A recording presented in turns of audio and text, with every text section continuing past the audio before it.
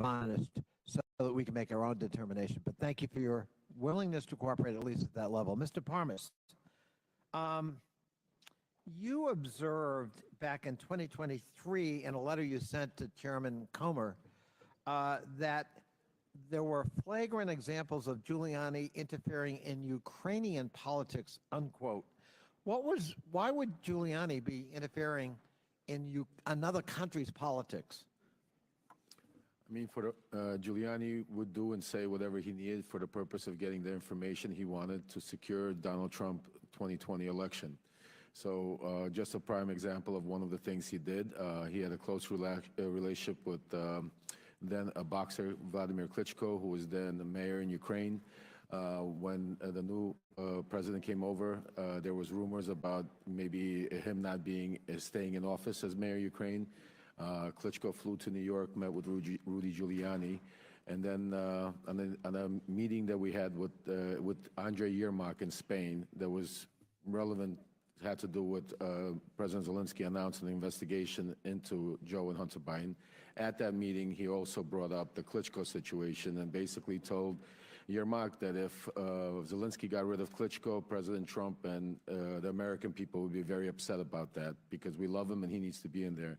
So was Giuliani just doing this as a rogue on his own because he was a patriotic American who loved Donald Trump, or had somebody encouraged him to engage in this kind of political interference in another country?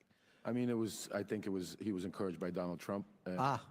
Personally? Personally, yes. That's your testimony? Yes, sir. Thank you. In your letter, you also said that Mr. Giuliani was to, quote, deliver a precise message in very strict words, unquote, with respect to the administration of the then newly installed president of Ukraine, President Zelensky. What did you understand a very strict message, or a message of very strict words, construed, and what was that message that you delivered that was in very strict words? Yes, Congressman. He basically told me not to be nice, to be very stern, and relay the message that unless Zelensky announced an investigation into the Bidens by Monday, this was Sunday, that there would be no cooperation, no aid to Ukraine from the United States, and the Vice President Pence at the time that was scheduled to appear for the inauguration would not the inauguration. That would seem to corroborate that very famous and beautiful telephone conversation between President Trump then and President Zelensky, basically saying, but I need a favor, and hinting that there'd be withholding of military aid until that favor was delivered. Is that fair? Oh, absolutely. I was a part of setting up that phone call, that famous phone call that Trump had with Zelensky. I think your testimony is very important, Mr. Parnas, and it's under oath. Yes, sir. I thank you. I yield back. Chair now recognizes Ms. Taylor Greene from Georgia for 5 minutes. Thank you, Mr. Chairman. Joe Biden continues to lie to the American people about his role in his family's businesses. In 2020, he stood up on stage of a presidential debate and told the American people that his family didn't take any money from China. That was a lie. Not only was it a lie, he knew it was a lie. He knew it because he met with his son Hunter Biden's Chinese business associates. I want to talk about CEFC, which is the China Energy Fund Committee. Mr. Bobulinski, who is Chairman Yi? Chairman Yi was the chairman of CEFC. Thank you. Jim Biden told the FBI and IRS that Chairman Yi was the protege of Xi Jinping, the leader of China and the Chinese Communist Party. Mr. Bobulinski, Rob Walker told this committee that Joe Biden met Chairman Yi. Are you aware of that? Yes or no? I am now. I wasn't at the time. And Joe Biden also met with you, is that right? Yes, he did. Twice. Who is Director Zhang? Director Zhang was the number 2 at CEFC. The executive director of CEFC, the number 2? Yeah, he was the number 2 executive, but really the point person that I worked with and the Biden family worked with, and he's the individual that Hunter Biden was shaking down at the end of July 2017, demanding that they fund the $10 million. They ultimately sent 5, but $10 million directly to Hunter Biden's account, Owasco. Thank you, Mr. Bobulinski. I want to show you a text message that Hunter Biden sent to you and his other business associates. I'm holding it right here. I'll read it to you. Hey, Tony, I have an idea. In light of the fact we are at an impasse of sorts, and both James' lawyers and my chairman gave an emphatic no, I think we should all meet in Romania. He's speaking about my chairman. When Hunter Biden came in for his deposition, he said that he was referring to Chairman Yi, and that the rest of your group referred to Zhang as a different chairman. Does this make any sense to you? That's a lie. I never heard Director Zhang referenced as chairman, and I had direct communications with Director Zhang over WeChat. Met him in Romania, met him in Moscow, met him around the world in New York, trying to develop this business, and he was never referred to as the chairman, first of all. Second of all, that makes absolutely no sense in the context of this message because we are discussing Oneida Holdings, LLC. Thank you. So he was not the chairman, just to clarify. Yes, Correct. Or no? Okay. So I want to show you another text. When he said his chairman, he was talking about his dad. This is from Rob Walker. It didn't seem to make much sense to Rob Walker either. So he said that when Hunter, he said this to you, when Hunter was talking about his chairman, he was talking about his dad. When Rob Walker came in to give his transcribed interview to the committee, he basically said, well, Hunter was high or confused or mad. And Rob Walker said that he was just trying to calm things down between you and Hunter. But that doesn't really answer the question about who Hunter Biden is talking about. Hunter Biden lied to this committee. So here, clearly, he says, Rob Walker's saying he's talking about his dad. So I want to be very clear. We've established that Zhang is not the chairman, obviously. Is that correct? Yes or no? Correct. Let me show you another message. This message doesn't call Zhang Chairman Zhang, does it? It just says the Chinese want to do business with the Bidens. As a matter of fact, it says both coming to be my partner, to be partners with the Bidens, with an S. He, Zhang, is implied, has implied that the number one has made it clear and available to him. Who is the number one? The number 1 is Xi Jinping. Xi Jinping, the president of China? Yes or no? The leader of the Communist Party, the CCP, Yes. is the number one. Yes, that's the number 1 that Hunter was referencing in that message. Now, let's be very clear. This was in 2017, but I would like to make it known for this committee that Joe Biden told the press in 2016, as a matter of fact, I quote, yeah, I am going to run in 2020. He told the press in 2016 that he was running for president of the United States in 2020. So here is the Bidens doing business in China in 2017 when everybody knew he was planning to be president of the United States. Do you see that to be a serious problem, Mr. Bobulinski? I do, and I wish this committee would thoroughly investigate it and focus on all the evidence that the SDNY has on CFC. They had FISA warrants, so they were recording conversations, and I wish they disclosed data and fact to this committee. Thank you, Mr. Bobulinski. I yield, Mr. Chairman. Gentlelady yields back. Chair now recognize Mr. Krishnamurti for 5 minutes. Thank you, Mr. Chair. Mr. Parnas, Rudy Giuliani tasked you with, quote, a mission to travel the globe to find dirt to damage the Biden's reputation in the 2018-2019 timeframe, right? Correct, yes. And this was in an effort to secure Trump's Re-election. re-election 2020. as president in 2020, right? Correct, yes. And by dirt, you mean evidence of wrongdoing or criminality, right? Yes, sir.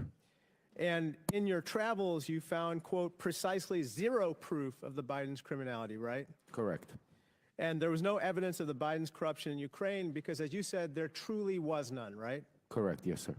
Now, interestingly, you have looked for dirt around the world about the Bidens and specifically Joe Biden in particular, and you say the FBI, CIA, NSA have all failed to produce any evidence of criminal wrongdoing, right? Correct. Not only that, but former Ukrainian President Petro Poroshenko stated, quote, there's not a single word of truth to these allegations about Joe Biden, right? Absolutely, yes, sir. Now, there's a guy named Yuri Lutsenko, who's the former prosecutor general of Ukraine, and he also, quote, confirmed that nothing ties the Bidens to criminal activity in Ukraine, right? Correct. And then there's another prosecutor general named Viktor Shokin, who also said he conceded, quote, that he had no evidence that either Joe or Hunter Biden had ever interfered with Ukrainian law, right? Yes, sir. And the reason you know this is because you talked to each of these people, right? Yes, sir. And your job was to try to dig up dirt or manufacture dirt, right? Yes, sir. And yet we have conducted months of hearings, and because there's been no evidence of wrongdoing, you've called this whole impeachment inquiry a, quote, wild goose chase, right? Yes, sir. Now, interestingly, we've heard from the other side that, quote, the real quid pro quo wasn't Donald Trump. It was Joe Biden when he tried to hold up foreign aid when he was vice president in exchange for firing the federal prosecutor in Ukraine that was investigating the corruption from his son. Now, you, again, looked for evidence to support this claim. There is no evidence, correct? Correct. That was false. In fact, firing the prosecutor would make it more likely that they would go after the company in question, Burisma, not less, right? Well, the ironic part is the reason why majority of the world and Ukraine and the Obama administration wanted to get rid of Viktor Shokin because he was corrupt, not because he was investigating Burisma, because he was stalling investigations for UK that was looking into a $23 million they wanted to get out from Zlochevsky, and Shokin stalled that investigation. So it was the logic is just the opposite of what the majority claims is to be the case, namely that they say that somehow Joe Biden was out to fire the prosecutor to reduce the chances of a prosecution of Burisma. But actually in firing that prosecutor, he increased the chances of prosecuting Burisma, right? Absolutely correct, yes. So let me just talk to you about what some of the other witnesses in this impeachment inquiry have said. Jonathan Turley, the constitutional expert the Republicans brought forward, said there's no evidence of which he was aware to support impeaching the president. You agree with that, correct? 100%. Garrett Graves, a colleague of ours, said just last week, quote, have I seen anything that is impeachable? No, I haven't. You agree with that statement as well? Yes, sir. Last year, our Republican colleague Ken Buck, who's about to retire, said that evidence of wrongdoing by President Biden, quote, doesn't exist right now. It doesn't exist now. It didn't exist then, right? That's exactly true, sir. Sir, how many times have you met Donald Trump? Well over 10 times, I'd say. I'd have to count, but lots of times. Is there anything that you'd like to relate to us about your conversations with Donald Trump that would bear on the conduct of these proceedings? I mean, Donald Trump was aware of everything that was going on that day in the Red Room when we were in the White House. After Rudy bringing Donald Trump up to speed on that I could go out to Ukraine and get Viktor Shokin, Donald Trump approached me, shook my head, said, thank you for all that you're doing. Keep up the good work, patted me on the back, took pictures, and I was off to Ukraine. To meet with Viktor Shokin? To find Viktor Shokin, to bring him back here to meet with Lindsey Graham. Got it. Thank you so much. I yield back. Thank you. Chair now recognizes Mr. Cloud from Texas for 5 minutes. Thank you, Chairman. Now, we've heard time after time Joe Biden, say that he had no knowledge whatsoever about the business dealings, and that changed. He had never allegedly had any conversation with Hunter. Then they moved the ball to say that, well, he didn't have any business dealings, he wasn't involved, didn't have any financial contribution. Since then, we've uncovered about 20 shell companies, and we have bank records that bring light to that. And while we can't cover all 20 shell companies in 5 minutes, I wanted to focus on one, and that is Rosemont Seneca Bohai. Rosemont Seneca Bohai is interesting, and Devin Archer had testified, and he said this in his testimony. He said that this entity, quote, was used as a common entity, owned 50-50 on a handshake deal between Devin and Hunter splitting these shares. Actually, that was your words, Mr. Galanis. Do you stand by those words? Yes, I do. And Devin Archer agreed with that. He said Hunter was a corporate secretary of RSB and had a handshake 50-50 ownership deal. Is that correct? That's correct, yes. And primarily this company was set up initially as a place to hold equity from the equity stake of Bohai Harvest. Is that correct? What I was told by the partners at the time, it was set up to do that and invest in other businesses. I think Devin Archer subsequently testified to that effect. And it included monies that were paid from the bond fraud, $15 million that was wired to that RSB account as well. Yeah. So it conducted multiple transactions as you depicted in that diagram. And even if this were legal and there was no impropriety here, it's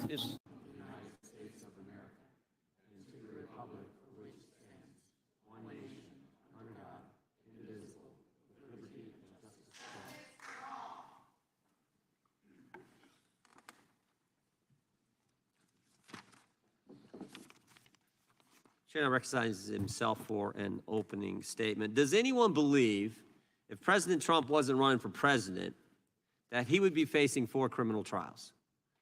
Fonnie Willis announced her investigation in February of 2021, but didn't bring charges until 2.5 years later after President Trump announced he was running for president. Attorney General Garland named Jack Smith special counsel 3 days after President Trump announces that he's running for president. And Alvin Bragg said he could not see a world, quote, he could not see a world in which he would indict President Trump and call Michael Cohen as a prosecution witness. But that's exactly what he did after President Trump announces he's running for president. Alvin Bragg brings a case that the Department of Justice wouldn't, that the Federal Elections Commission wouldn't bring, that his predecessor, Cy Vance, wouldn't bring, and as Alvin Bragg himself said, he wouldn't bring, but then he did after President Trump announced he was running for president. Some might call this all election interference. Think about it. Mr. Bragg is charging President Trump with conspiracy to impact the 2016 election. Ms. Willis and Mr. Smith are charging President Trump with a conspiracy to interfere with the 2020 election. Seems to me the conspiracy is between Bragg, Smith, and Willis working to interfere with the 2024 race. Of course, none of this is new. 2016, government spied on President Trump's campaign. You have to take my word for it. You have to take this committee's word for it. John Durham said it. Clinton campaign paid the law firm Perkins Coie, who hired Fusion GPS, who hired Christopher Steele, a foreigner, who talked to other foreigners, who put together the fake dossier, which became the basis for the FBI to spy on President Trump's campaign. The basis for a whole investigation where we saw text messages back and forth from folks on the investigation saying, "We'll stop Trump." Then, of course, it was the Mueller investigation. 19 lawyers, 41 FBI agents, $30 million to find nothing. No conspiracy, no coordination, none whatsoever. Then it was impeachment. Anonymous whistleblower with no firsthand knowledge, who was biased against President Trump, who worked for Joe Biden, talks about a phone call and they impeached the President of the United States. Then they raided his home. Broke every protocol, every normal procedure. Again, don't take our word for it. Stephen D'Antuono, FBI Assistant Director of the Washington Field Office, told us this in his deposition. Then, of course, they tried the 14th Amendment. We'll just keep him off the ballot. The easiest way to win is not to let your opponent play. That's what they tried to do. Thank goodness the Supreme Court said no to that. 9-0, they said no to that. And then, of course, after all that, after he's a candidate, as I said, we get all these cases. In Georgia, Fonnie Willis hires her boyfriend, who travels to D.C. on the taxpayer dime, meets with White House officials, January 6th committee, all in an effort to target President Trump. In New York, gag orders placed on President Trump by a partisan judge whose daughter is a Democrat fundraiser, while Michael Cohen, convicted perjurer, is allowed to post anything he wants on social media, say whatever he wants. Not to mention the guy who's the lead prosecutor for Alvin Bragg, Mr. Colangelo, who worked for Letitia James, then worked for the Justice Department, then went back to New York to work for Alvin Bragg. And in Florida, we learned that Jack Smith altered the order of the classified documents he seized. The physical documents don't match up with the scanned documents. Jack Smith didn't properly handle the documents he said President Trump didn't properly handle. Jack Smith mishandled classified information, all while charging President Trump with, quote, mishandling classified information. You can't make this up. Some would call that tampering with evidence. Today's hearing is about how the law is being used to target political opponents. It's truly about the weaponization of government, truly about what this committee has been focused on for this Congress. And obviously, President Trump is example number one. It's about the double standard, one set of rules for the politically connected, the other set for the people they want to target. But maybe most important, it's about where does all this go? Where does it all go? Because if they can do it to a president, they can do it to anybody. Any one of us, any of our constituents, any American they want to. And that's what's frightening. That's what's truly frightening. So I want to thank our witnesses for being here and talking about this most critical issue, how the government, how the agencies, how the law is being turned on people that they politically disagree with. With that, I yield to the gentlelady from the Virgin Islands for her opening statement, the ranking member, Ms. Plaskett. Thank you very much. Good morning to everyone that is here with us. Thank you for joining.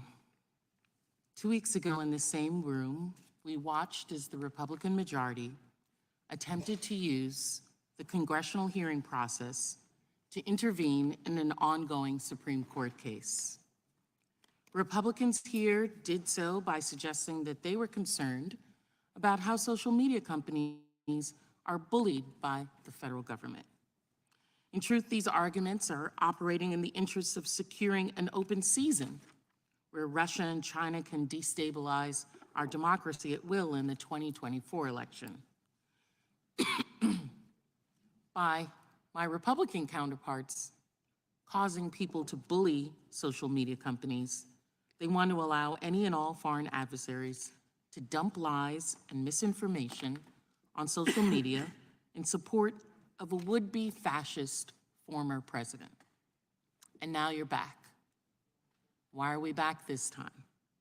We're here because former President Trump is on trial in New York. That's why we're here. On Monday and Tuesday of this week, his former attorney, Michael Cohen, delivered devastating testimony implicating former President Trump in a hush money payment scheme. His former attorney even had audio recordings of Trump talking about those payments. Whether we think the trial in New York is a good case or a bad case, the truth remains that the facts in the case don't help Donald Trump. We're here because Donald Trump knows that the evidence against him is plentiful and that the testimony of his literal, as my teenage daughter says, literal partner in crime in this case is harmful to his criminal defense and his political prospects. It's not that complicated. The truth hurts. And here's one. We all know that the former president exacts loyalty from all of his followers, and especially GOP officials and those that work for him. Blind loyalty. And this case is no different. Many of them have hightailed it to New York City to show him that they are with him and standing with Donald Trump.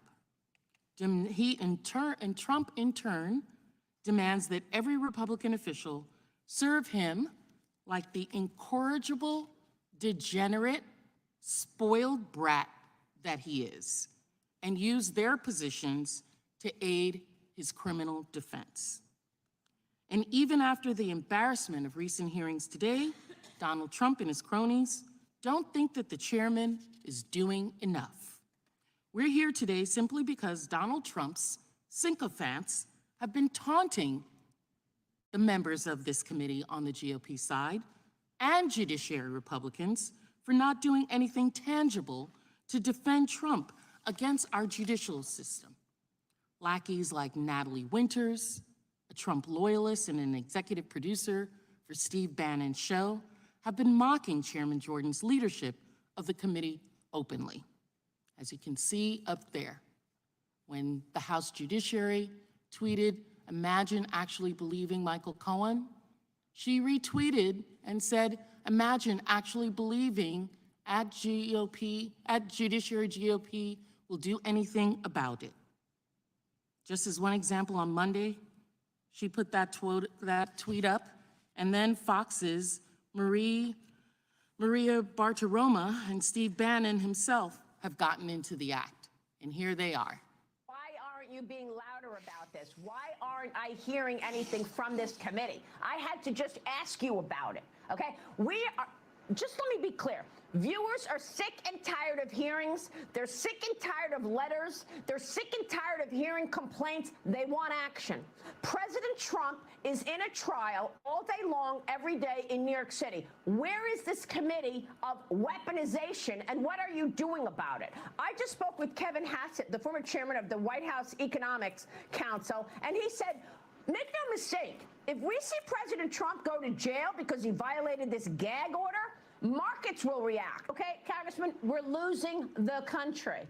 So with all due respect, I'm not blaming you specifically, but it's not enough to set up a committee that's called the weaponization of federal government. That's not doing it for anybody. We want to hear more from you. We want to hear action. We want to know what the heck is going on in this New York trial where nobody can seem to come up with a crime.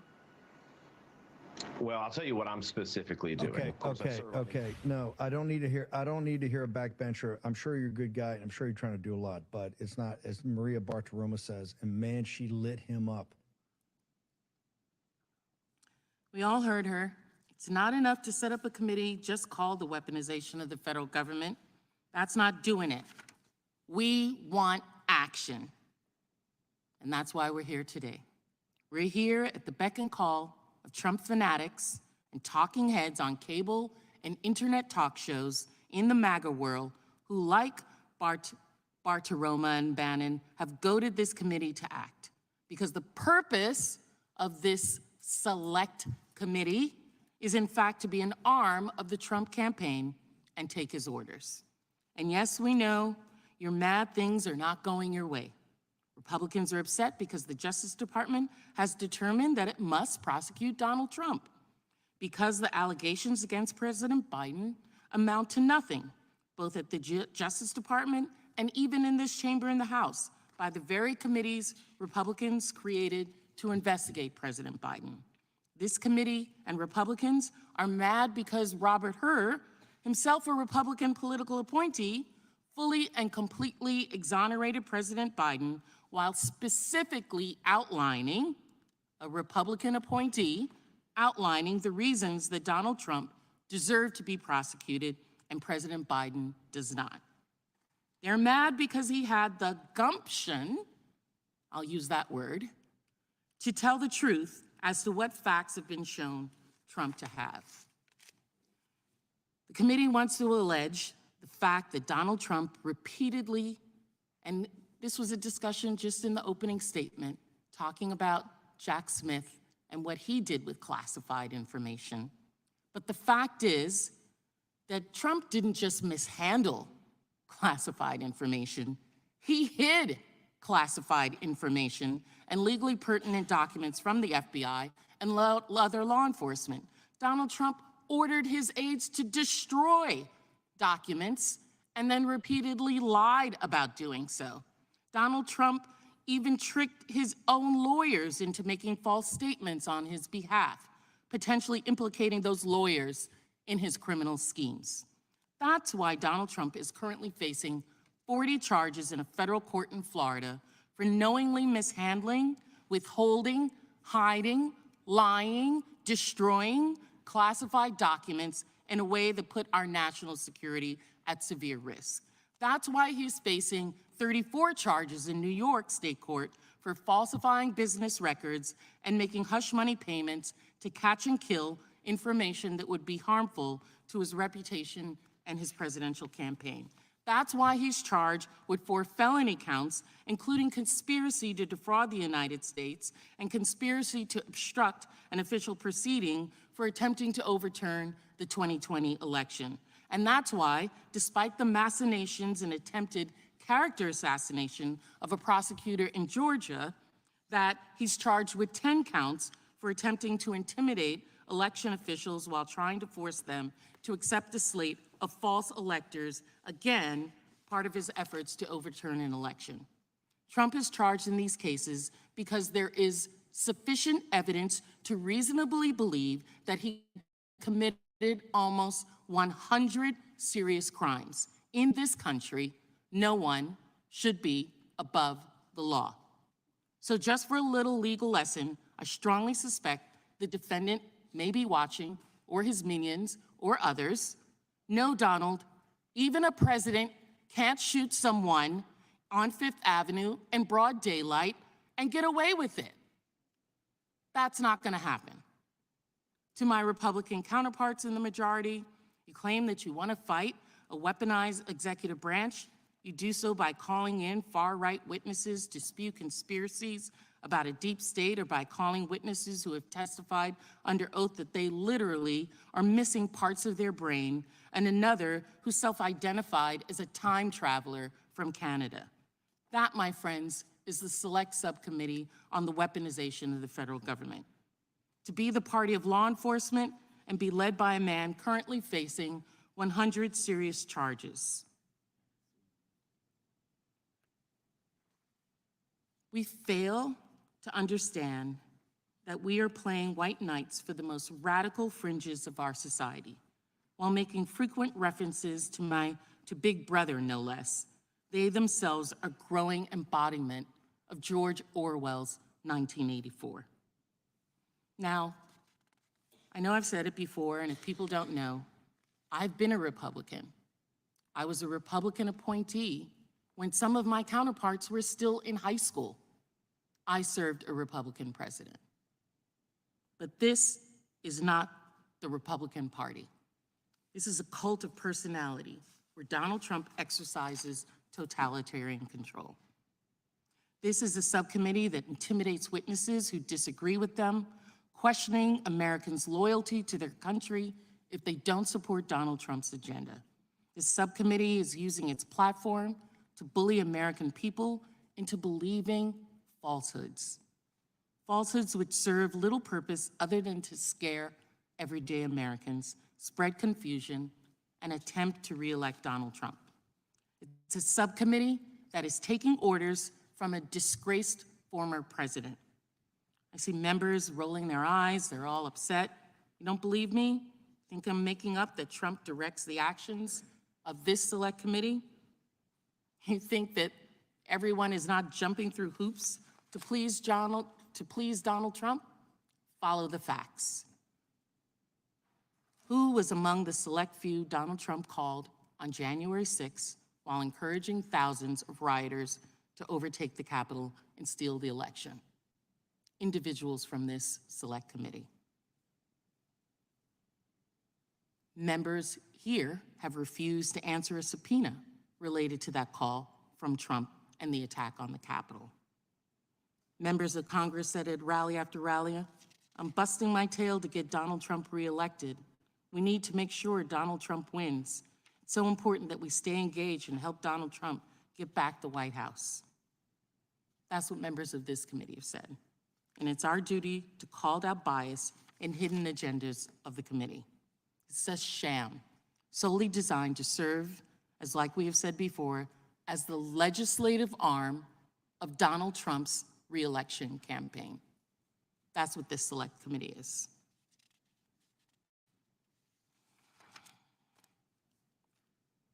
This select committee's efforts are transparent. And you know what else? They're expensive. Last hearing, we talked about the $20 million this committee has spent already on this witch hunt. And they still have nothing to show for it, which explains why were frantically calling last-minute hearings over and over again to distract from Trump's criminal trials. Just throwing things at the wall and seeing what sticks. Anything to try to keep Donald Trump happy. What a strategy, and what an expensive failure. I've tried to use this committee for the good of Americans. I've talked to the chairman and to others about examining moments in our nation's history when the powers of the federal government have been abused. We have seen reports that the IRS has a real problem of racial bias in its audits. A year ago, the IRS admitted that Black taxpayers are audited at disproportionately higher rates than other racial groups. Are we talking about that weaponization? Is there a discussion about that or any other hearing beyond defending Donald Trump and his election? No. I applaud the DOJ for not giving into political pressure and following the facts where they lead. No one is above the law, no matter how hard this committee tries to make it otherwise. Thank you, and I yield back. All other opening statements will be included in the record. We will now introduce today's witnesses. Mr. Robert Costello is partner at David Hoff, Hutcher, and Citron. He was previously a partner at Levy, Tolman, and Costello and served as the Deputy Chief of the Criminal Division in the U.S. Attorney's Office for the Southern District of New York.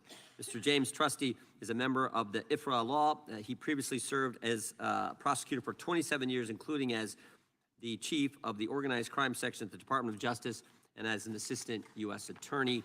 Mr. Gene Hamilton is the Executive Director, Executive Vice President, General Counsel at the American First Legal Foundation. He previously served as counselor to the U.S. Attorney General, Senior Counselor to the Secretary of Homeland Security, and as a Senate aide. Ms. Jill Wine-Banks is an attorney and MSNBC legal analyst. She previously served as a federal prosecutor in the Illinois Attorney General's office and as a General Counsel of the United States Army under President Carter. We welcome our witnesses and thank them for appearing today. We will begin by swearing you in. Would you please rise and raise your right hand? Do you swear or affirm under penalty of perjury that the testimony you're about to give is true and correct to the best of your knowledge, information, and belief, so help you God? Let the record reflect that the witnesses have answered in the affirmative. You can be seated. Thank you. Please know that your written testimony will be entered into the record in its entirety, and accordingly, we ask you to summarize your testimony as best you can, and we will just move right down the list. We will start, or right in the line, I should say, we will start with Mr. Costello. You make sure you hit your mic and pull that, turn your mic on and pull it real close.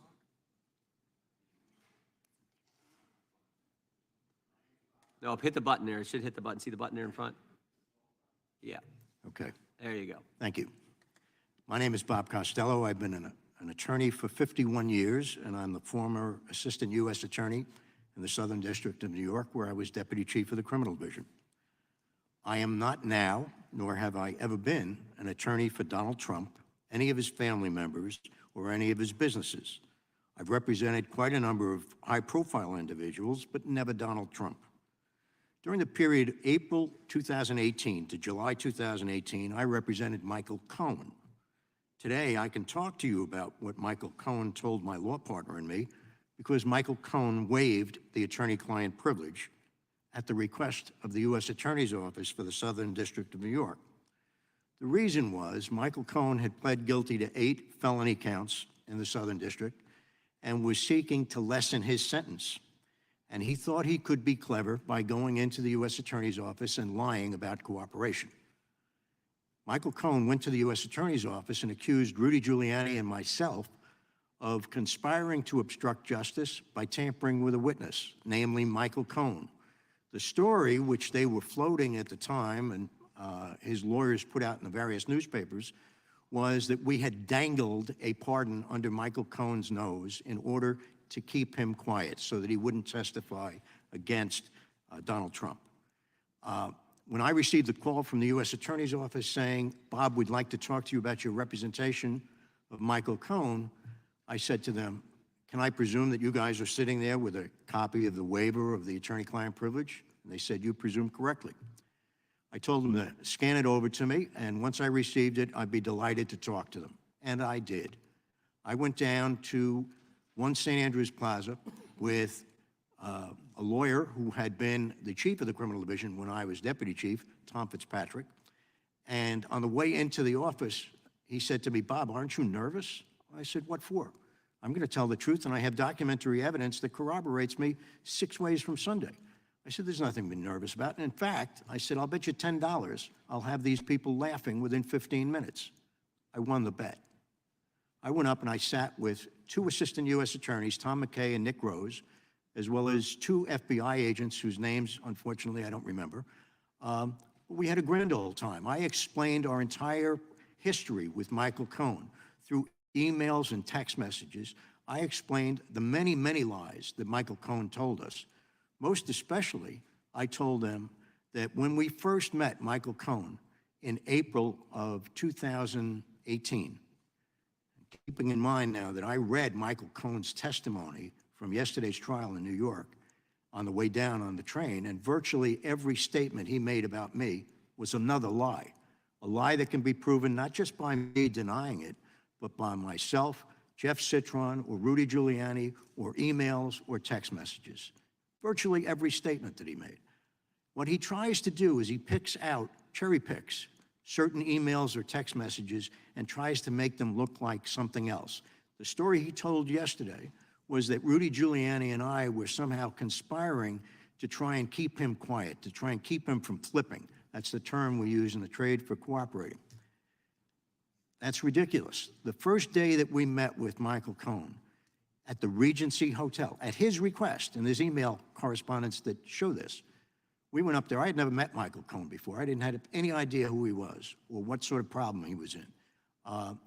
I saw this guy in a conference room at the Regency Hotel marching back and forth like a tiger in a cage. He was absolutely manic. He looked like he hadn't slept in 4 or 5 days. And he kept on, he knew my partner, Jeff Citron, for 10 years. I didn't know the guy. He kept on pounding on the table throughout his speeches that day.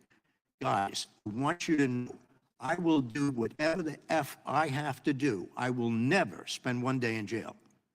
He had to say that at least 10 times, maybe 20. It was his constant litany as he walked back and forth. So I said, Michael, sit down. We need to discuss what's going on here. He told us about the raid, that his offices had been raided, his home had been raided. And he said, I didn't do anything wrong, guys. I don't know what they're looking for. And I said, Michael, the people in the Southern District of New York are very smart people.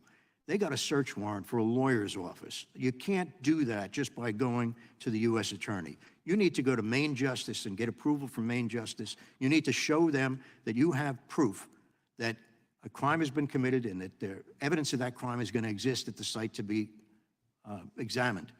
I said, so Michael, these people think that you did something wrong. What is it? I said, this is protected by attorney-client privilege, and it was until he waived the attorney-client privilege. I swear to God, Bob, I didn't do anything wrong. In fact, I'm cooperating with the special counsel. I'm cooperating with Congress. Of course, he forgot to tell us that he lied to Congress, but that was part and parcel of the way Michael Cohen is. So I sat him down and I said, look, Michael, clearly here, you're not the target. Nobody's ever heard of Michael Cohen, but you are the lawyer for President Trump, and clearly that's their target. And let me explain to you how things work. When they get a search warrant, they're looking to gather evidence. They already have evidence against you for something, but you haven't told us what it is. And they are going to roll over you. You're just a bump in the road. Their target is Donald Trump. So I want you to think carefully now. And by the way, up to this point, he had told us when he introduced himself to us that 2 nights before, he was on the roof of the hotel, of the Regency Hotel, seriously considering jumping off, committing suicide, because he couldn't handle the pressure of the legal problems that he saw coming his way. And what he wanted to find out from us that day was his escape route. That's what he called it. Guys, you have to tell me what my escape route is. What can I do to get out of this? And I did. My obligation as a lawyer at that point in time was to explain to him what his options were. Clearly, one of his options was to cooperate. And I said to him, I said, Michael, the way this works is if you have truthful information about Donald Trump, that's clearly what they're looking for, I can have all your legal problems solved by the end of the week. His response, I swear to God, Bob, I don't have anything on Donald Trump. I said, Michael, I want you to think carefully about this. I probably came back to this subject 10 or 20 times during the 2-hour period. Every time I brought it up, every time he answered, I swear to God, excuse me, Bob, I don't have anything on Donald Trump. I said, Michael, Whatever you have has to be truthful. If you think you can go in there and tell these people lies, you're crazy. It's going to backfire on you. You can't do that. So do you have anything on Donald Trump? Probably the fifth or the sixth time I got around to doing that, he said, well, I know that money is missing from the Trump inaugural ball. I said, is Donald Trump involved in that? No. Does Donald Trump know anything about that? No. I said, Michael, that's useless. You're not going anywhere with that. You asked me for your escape route. I'm telling you your escape route. All you have to do is be truthful if you have some real evidence on Donald Trump. His litany was the same all the time. I don't have anything on Donald Trump. This is exactly the opposite to what I saw him say on TV. He was telling the grand jury in Manhattan and the district attorney's office. He said, I went in there, I believe, if my memory is correct, 20 times, including 2 appearances in the grand jury, 18 times preparation sessions with the DA's office. I was sitting at home listening to this, and I said, that's nonsense. That's not what he told Jeff Citron and myself. And I decided at that point in time, I've got to make it known to both the defense and the prosecution what the real story is, who this guy really is. So I provided all this material to Donald Trump's lawyers, and I provided it to the Manhattan DA's office. And I asked for a meeting with District Attorney Bragg, because I wanted to go in there, let him look me in the eye, and let me explain all of the stuff that we had on Michael Cohen that showed that he's an inveterate liar. The guy can't be trusted. Bragg turned me down. But what he did say was, I'll let you have a meeting with the assistant district attorneys. Now, when the Mr. Trump Costello, people, we need you just to I'm sorry, when the Trump people finish up quickly. heard about all of this, they insisted, as was their right under the law, that the DA put me before the grand jury. Right. So that I was scheduled for a Monday. On the Friday before, I gave the DA's office the courtesy of a Zoom conference for about an hour and a half. 8 assistant district attorneys and me on the other end. I explained, they didn't really ask me any questions. They just said, what do you want to say? Nice warm greeting for somebody who's trying to show them the right path quietly and privately so that they could correct their error before they made it. Here's what happened. We'll stop there, Mr. Costello. We'll get back to you during the questions, okay? Did I run out of my time already? Yeah, a little bit. Yeah, a little bit. That's I fine. had 8 minutes. This says I have 138 to go, or is I'm 138 over? 138 over. I'm sorry. That's fine. Excuse me, Mr. Chair, point of order. Yeah. Will the witnesses all be given 7, 8 minutes? What is that? Yeah. It's usually 5, so we didn't know that in advance to be able to We're going to give him a tell little our extra witness. time. I gave you 14. But she didn't have time to prepare 8 minutes of testimony, opening statement. She's a smart lawyer. She can probably ad lib for a few minutes if she'd Well, like, but that's we'd like totally it up to be her. something more than ad lib, as we just heard. We listened to you talk for 14 minutes and That's and called an 14 opening seconds. statement. I'm I allowed know, to and talk as long as I And I want. was fine. I let you go 14 minutes and 14 seconds. You have to let me go for 14 minutes That's if that's exactly what right. I want to do. Exactly. But Exactly right. Mr. you could Trustee, let you us are have- recognized for your opening The statement. courtesy of advance notice would have been helpful. Thank you, Mr. Chair. My name is Jim Trusty. I've been an attorney for 35 years. I spent my first 20 as a local and federal prosecutor in Maryland, and in both roles, I was fortunate enough to be involved in some fairly complex or weighty prosecutions. It starts with the usual misdemeanors and routine felonies, but I was able to do a no-body child murder case, as well as numerous RICO cases against MS-13, and I personally led 3 different death penalty prosecutions as a federal prosecutor. In 2011, I moved over to D.C., against my better judgment maybe, but I came over to the department to work at Main Justice with some other folks that I knew from Maryland, and became the chief of the organized crime and gang section, which was a fascinating job that I enjoyed for about 6.5 years. I was able to manage a group of prosecutors that handled international, national, and regional organized crime cases against everything from MS-13 to Barrio Azteca, the mafia, and international white-collar conspiracies. And I was also, during this time, a senior member of the Attorney General's Death Penalty Review Committee, helping the Attorney General decide whether to pursue the death penalty against folks like the Boston Marathon bomber and the Charleston church shooter, among other numerous lower-profile cases. If my memory serves, I served under 7 different Attorney Generals. And in 2017, I left for IFRA Law, a boutique litigation shop, where I've represented everything from international gaming institutions to white-collar executives to human trafficking victims. And in 2022, for about a one-year period, President Donald J. Trump. On August 8th of 2022, I became deeply involved in the Mar-a-Lago case involving President Trump, and I've given significant detail in the written statement, which I can't even begin to fully broach in a summary, but I'll try to hit some highlights. I wrote that statement. I took the time to write that statement because I think it's important for you and for the American people to have specific evidence, to have details to support the conclusion that the Department of Justice is acting in a weaponized fashion when it comes to a candidate for the presidency of the United States, that this is, in fact, lawfare in its rawest form.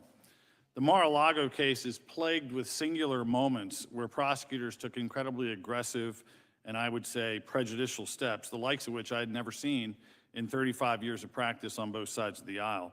The politicization actually began with the National Archives and Records Administration, whose director ended up making a historic and first-time criminal referral based on his stated concern, his overstated concern, that he had received documents from President Trump that were in fact marked classified within 15 boxes given to him in January of 2022. The reality is every modern day president has also turned over boxes or groups of materials that included documents marked classified. But in this case, NARA acted alarmed, and recent litigation in the Southern District of Florida has suggested that in fact the White House helped spur this referral on to the Department of Justice. Once in the hands of the Department of Justice, the lead prosecutor reportedly, according to the Washington Post, fought with the FBI to immediately jump to the perch of doing a criminal search warrant at Mar-a-Lago. He was talked out of that apparently in a heated conversation and still relied on a criminal enforcement tool, which was a grand jury subpoena, to begin this process of gathering documents by force and by use of criminal sanction. For brevity's sake, I'm just going to highlight three examples of what I think are singular treatment of President Trump that I document in my written submission. The first is the abusive process in grand jury. And again, grand jury is usually fairly opaque to the defense side. We don't see everything that happens there, but we had some glimpses of the behavior, of the threats, of the conduct of prosecutors. And the one I would highlight today was the presentation of Tim Parlatore, a former Trump lawyer as well, friend of mine, who went into grand jury and was asked by the Department of Justice attorney, I think 48 times, I might be off by 2 or 3, but 48 times he was asked questions that clearly led to an invocation of attorney-client privilege. Those questions are unethical on their face. A prosecutor should not be in front of a grand jury purposefully eliciting a known privilege, but they were comfortable with this in this setting in Washington, D.C. that we were in. And after 48 times, including Mr. Parlatore telling the prosecutor at times, what you're doing is unethical, you need to stop, she said, well, if your client is so cooperative, why won't he just waive his privilege? Now that's kind of a nice political point or a layman's point, but for lawyers and for people that worked in the Department of Justice, they know that is flat out unethical. That the idea that you would try to draw a negative inference from a legitimate invocation of counsel is an outrageous moment, and that's just one that we had visibility into. Secondly, I would point to Jack Smith's near obsession with having a, quote, speedy trial in the January 6th case. You know, the speedy trial right is derived historically from a defendant who is incarcerated, who has the Pyrrhic victory of going to trial a year or two later and being acquitted. And the question, of course, becomes, well, what do I do with that free time I just served for a year or two?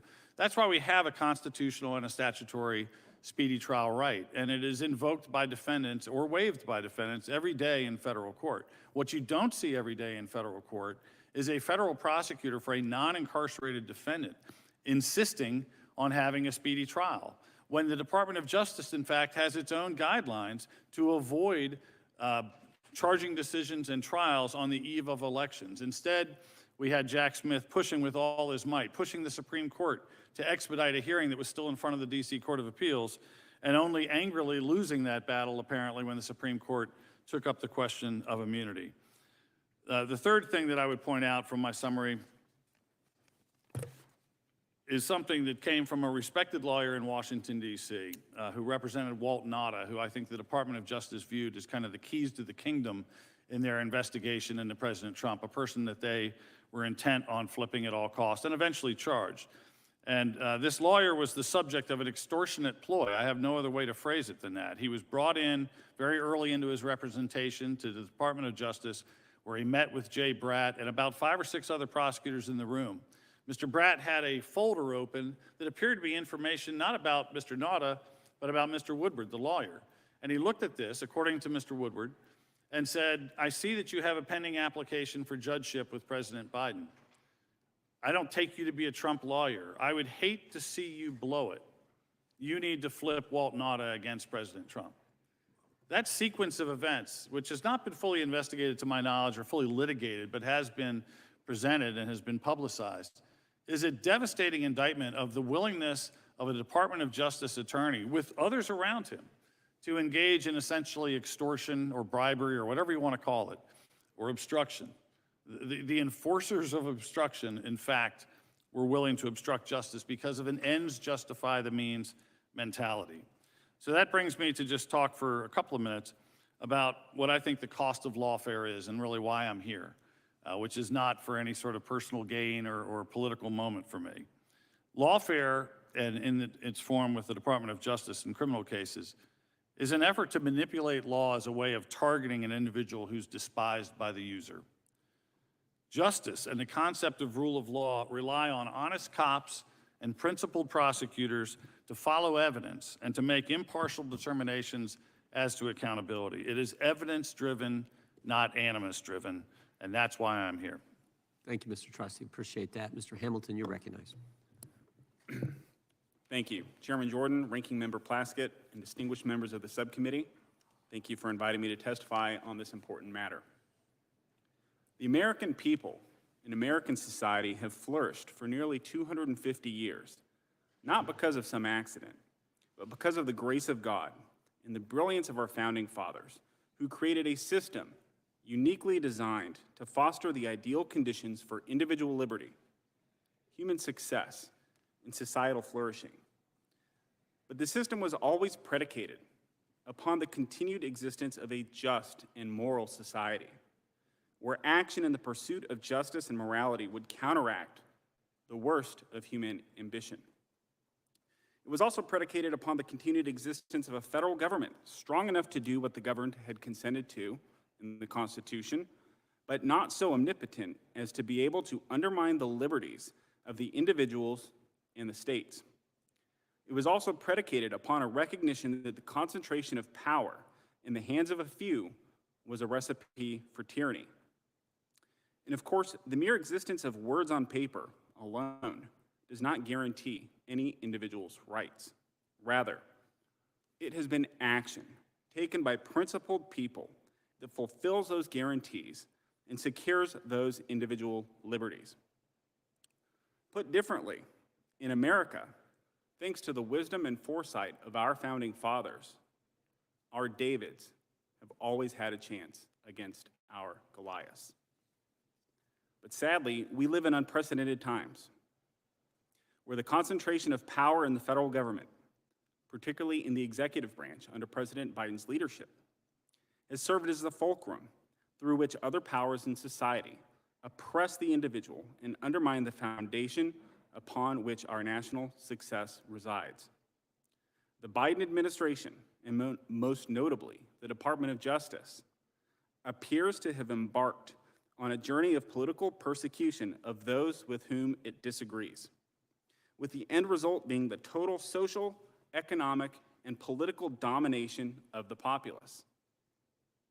And beyond its attempts to silence and imprison its political opposition, the Biden administration has engaged in an obsessive-compulsive campaign of division and spoliation of the public fisc based on the immutable characteristics of American citizens.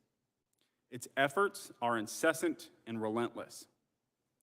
We live in a time in which any attempt even to describe the current state of affairs gets labeled as disinformation, misinformation, malinformation, and worthy of censorship. Or worse, content worthy of subjecting an individual to criminal prosecution. Memes are prosecuted.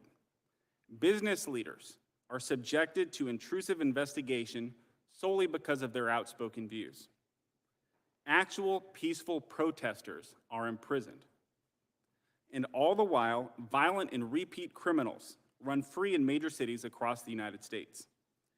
In this new and unprecedented world, everyone, including a former president of the United States, is threatened by the federal Leviathan and private elites who seek total domination and control over every aspect of human life. The political persecution of President Trump by the Biden administration is unlawful, unprecedented, and un-American. These prosecutions must end. But make no mistake, the American people must understand the intended impact of the administration's conspiracy extends far beyond any personal consequence to President Trump. Instead, the intended result is to chill dissent, silence speech, and convince the American people that the weight of the federal government can be forcefully weaponized against anyone who stands in the way. President Trump is in the administration's crosshairs to discourage anyone, now or in the future, from challenging the administration's agenda. The Biden administration must not be allowed to indict and potentially imprison its political opposition with impunity. My written statement highlights just 3 glaring problems, examples of lawfare that are being used against President Trump. Number 1, the Biden White House granted an illegal special access request to allow the Department of Justice to illegally obtain access to President Trump's records. 2, the Biden administration is prosecuting President Trump based on an erroneous and faulty interpretation of the Presidential Records Act, and actually provides individual bureaucrats with greater control over their records than President Trump.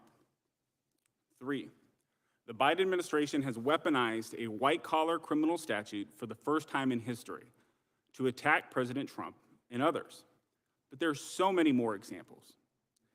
The average American citizen residing outside of the Beltway, away from the isolated, elitist bubble where ends justifying the means seem to be a mantra for many, is tired of watching institutions they once trusted violate the law and undermine the critical components of the constitutional and social constructs that made ours the greatest country in history. The remaining issue then is what must be done. The time is now for institutional ambition to counteract institutional ambition. For Americans to stand up unafraid and unapologetic for the values that they hold dear. And for our republic to reject the radical weaponization of the executive branch. Thank you. Thank you, Mr. Hamilton. Ms. Winebanks, you're recognized. Chairman Jordan, Ranking Member Plaskett, members of the committee, thank you for letting me be here today to talk to you. My parents raised me to believe in the office of the presidency and all the members of Congress, and I still feel that way today. They encouraged me to engage in public service, and most of my career has been in that. Fresh out of law school, I joined the Department of Justice as a prosecutor in the organized crime section and carried those beliefs with me. I served a short time under President Johnson and then under Presidents Nixon and Ford. Regardless of who the president was, I knew that my job, like that of every federal prosecutor, was to pursue the truth and justice and to assure that everyone was treated equally under the law. The rules of the Department of Justice and those of the Watergate Special Prosecutor team, where I served a few years after joining the Department of Justice, required the same. Those rules require that no investigation be opened without reasonable cause, no indictment be brought without a high probability of conviction, and that prosecutors speak only through the indictment if there is one. In that process, politics and bias have no role. Those rules have not changed in the over 50 years since then. I think I am the lawyer here with the longest tenure. DOJ prosecutors weigh incriminating and exculpatory facts and analyze if those facts prove all the elements of a crime beyond a reasonable doubt before they decide to indict or not. As my mentor and my first supervisor at Justice, Chuck Ruff, said, my job was to do justice, not to win cases. And I think today's DOJ is doing exactly that. Your committee's website said today's hearing is to examine the use of lawfare tactics to weaponize the rule of law. I admit I had to look up what lawfare meant in that context. And I found out that lawfare was a use of tactics to weaponize the rule of law against opponents. I have seen no lawfare tactics in today's DOJ or in any of the special counsel's decisions regarding the cases against former President Donald Trump or its decisions about President Biden and Vice President Pence. I see no double standard, no selective prosecution, no weaponization. If we could just go back to the era of Watergate when facts were agreed upon, when bipartisanship existed, it would be obvious why the Department of Justice was justified in investigating Trump, Biden, and Pence, but justified only in indicting former President Trump. The standards for deciding to prosecute or decline to do so were the same for President Biden, former President Trump, and former Vice President Pence. But the facts differed so greatly that the results had to be different. They were judged under the same standard, but the facts made the prosecution decision different. And let's look at the distinguishing characteristics of the case against President Biden and the one against former President Trump, in the hope that we might all agree on at least some of these facts. When NARA discovered that former President Trump possessed documents he should have returned to them when he left office, they asked him to return them. He refused. Had he voluntarily returned them, he would have avoided prosecution, as did President Biden and former Vice President Pence. Instead, Mr. Trump returned some but hid others, even from the FBI during their execution of a lawful warrant granted by a court. That added the crime of obstruction to those of espionage. That conduct shows willfulness and knowledge and constitute aggravating factors that required the special counsel to seek an indictment against the former president, as they did for Sandy Berger and General Petraeus, whose indictments demonstrate a lack of a double standard or selective prosecution. So too do the indictments not in documents cases, but in other cases against two Democratic members of Congress right now and against the president's son. In contrast, the facts of President Biden's possession of documents are very different. His staff, not NARA, found the documents, informed the president, who then had them immediately notify the proper authorities. Biden then cooperated fully with those officials. He hid nothing, allowed numerous searches of all his offices and homes without need for a warrant. He returned everything, and even during a national crisis created by the attack of Hamas on Israel, President Biden sat for lengthy interviews. The former president did none of that. He did the opposite. The special counsel investigating President Biden, Robert Hur, a Republican who Trump had appointed as the U.S. Attorney for the District of Maryland, concluded no criminal charges were warranted and emphasized these and other factual distinctions between Trump and Biden, differences that undermined any allegation of selective prosecution, double standards, or bias. As Hur wrote, Trump is in a wholly different category than either Pence or Biden in terms of retention and concealment and destruction. In my many years of experience, nothing justifies allowing anyone to be above the law and to evade accountability for alleged criminal conduct, especially a former president who is responsible for seeing that our laws are faithfully executed. No one is above the law. Accountability is necessary for the rule of law and democracy to survive, and there is an existential danger in not proceeding where an investigation reveals facts and evidence of a crime. Doing so only emboldens future miscreants. I believe that the Department of Justice is making investigative and prosecutorial decisions solely based on the evidence and the law, not on a preconceived notion or a political agenda. I have seen no evidence to the contrary in the case against defendant Trump. He is entitled to due process and the presumption of innocence, as are all criminal defendants, no more and no less. I am thrilled to be here in your search for facts and truth. I look forward to your questions. Ms. Wine-Banks, we will now proceed on the 5-minute rule with questions. The chair recognizes the gentleman from California for 5 minutes. I was told that I had to keep to under 5 minutes, and I did that. No, you didn't. No. You went 7 minutes and 2 seconds, but it was fine nonetheless. The gentleman from California is recognized. Thank you. It's one of those funny things about written statements. People often come and they haven't timed them. Ms. Wine-Banks, you obviously began your career, or relatively early in your career, with the Watergate investigation.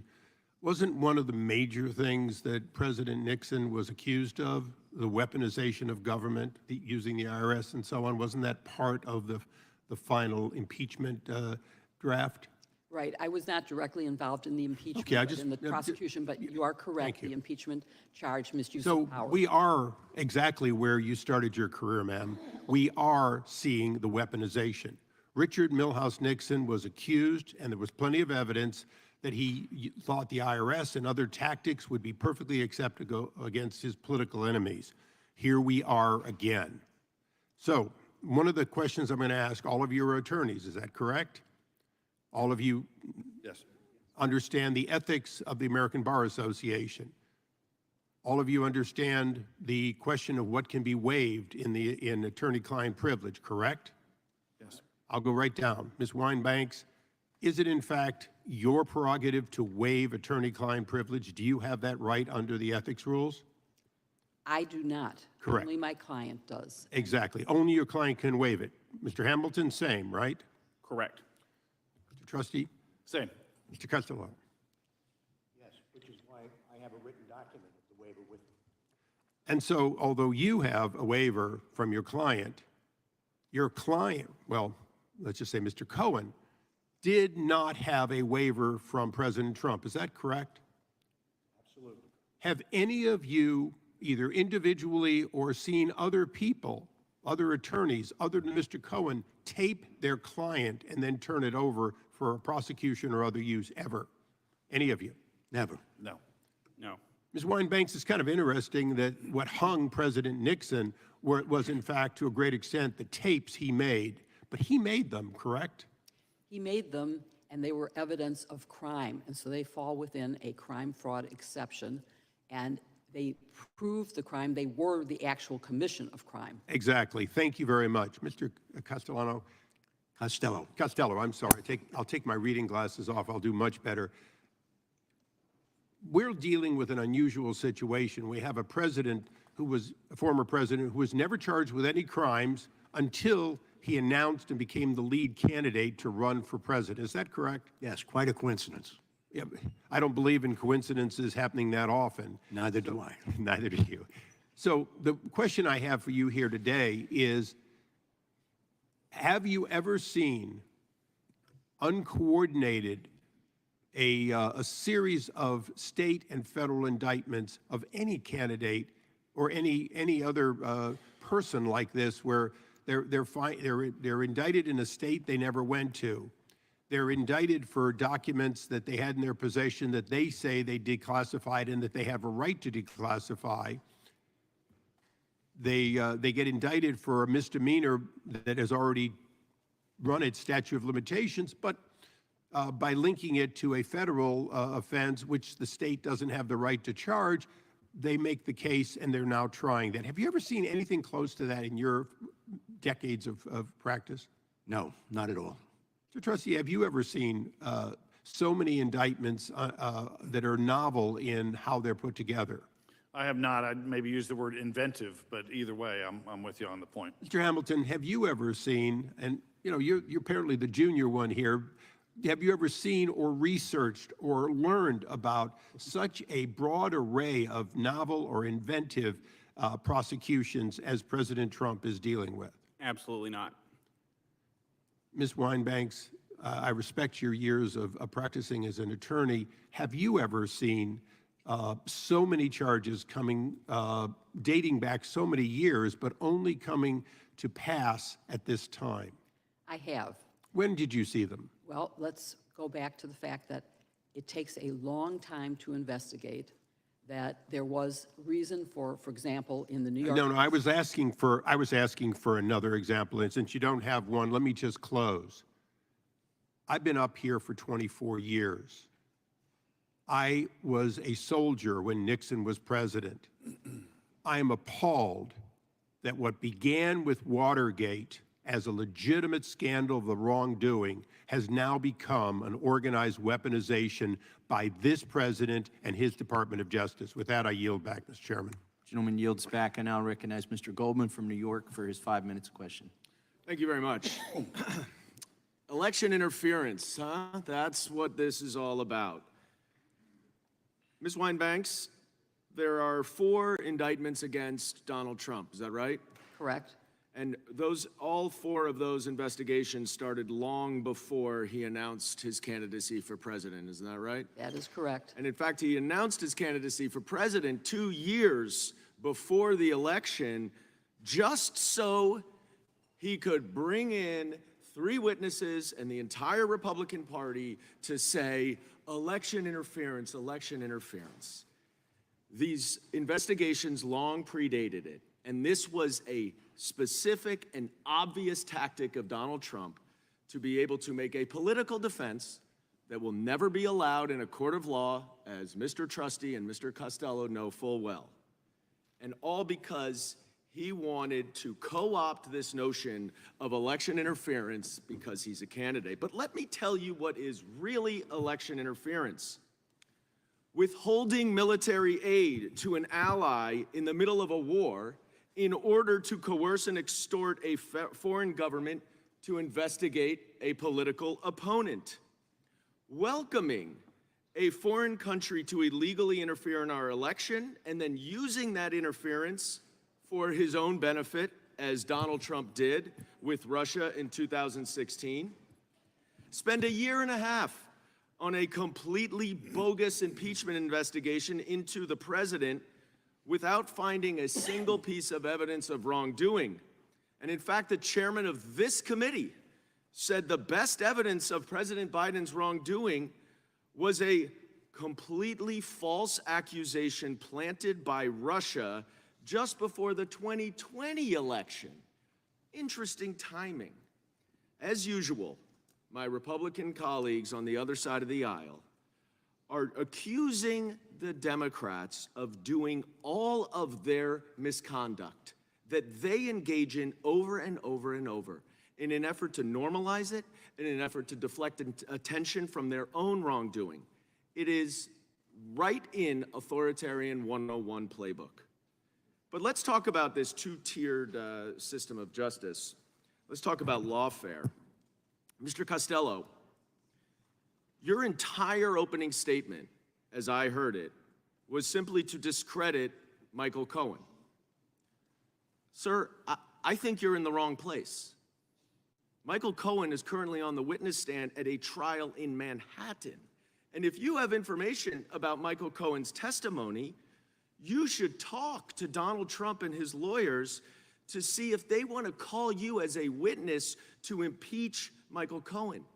But you know that coming down here, outside of that courtroom, while that witness is on the stand to try to impeach his credibility and his testimony, is jury tampering.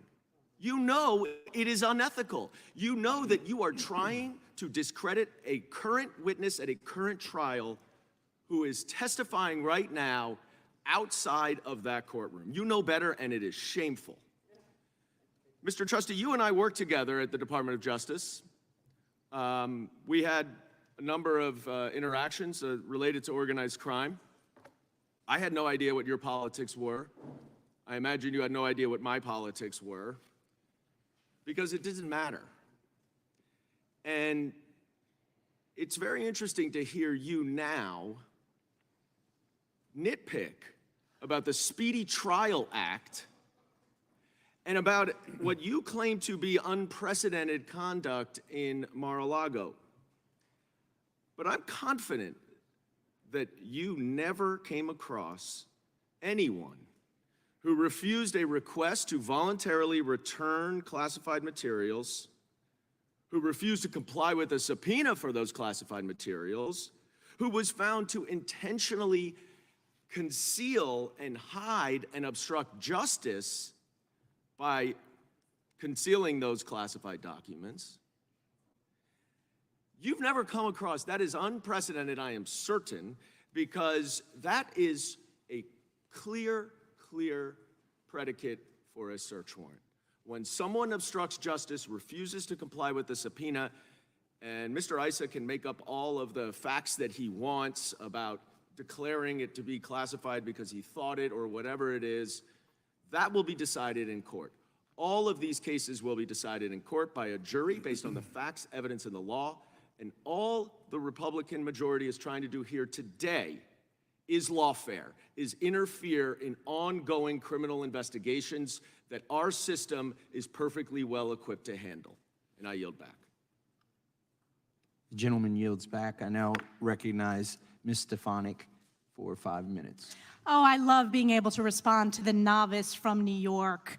First of all, thank you so much for stating the obvious that political lawfare is in fact election interference. That's what we're seeing with the sham Alvin Bragg trial. Thank you also to the novice freshman member for New York, highlighting that withholding military aid to an ally for a political purpose, just like Joe Biden is doing to Israel. Always grateful for you stepping in it.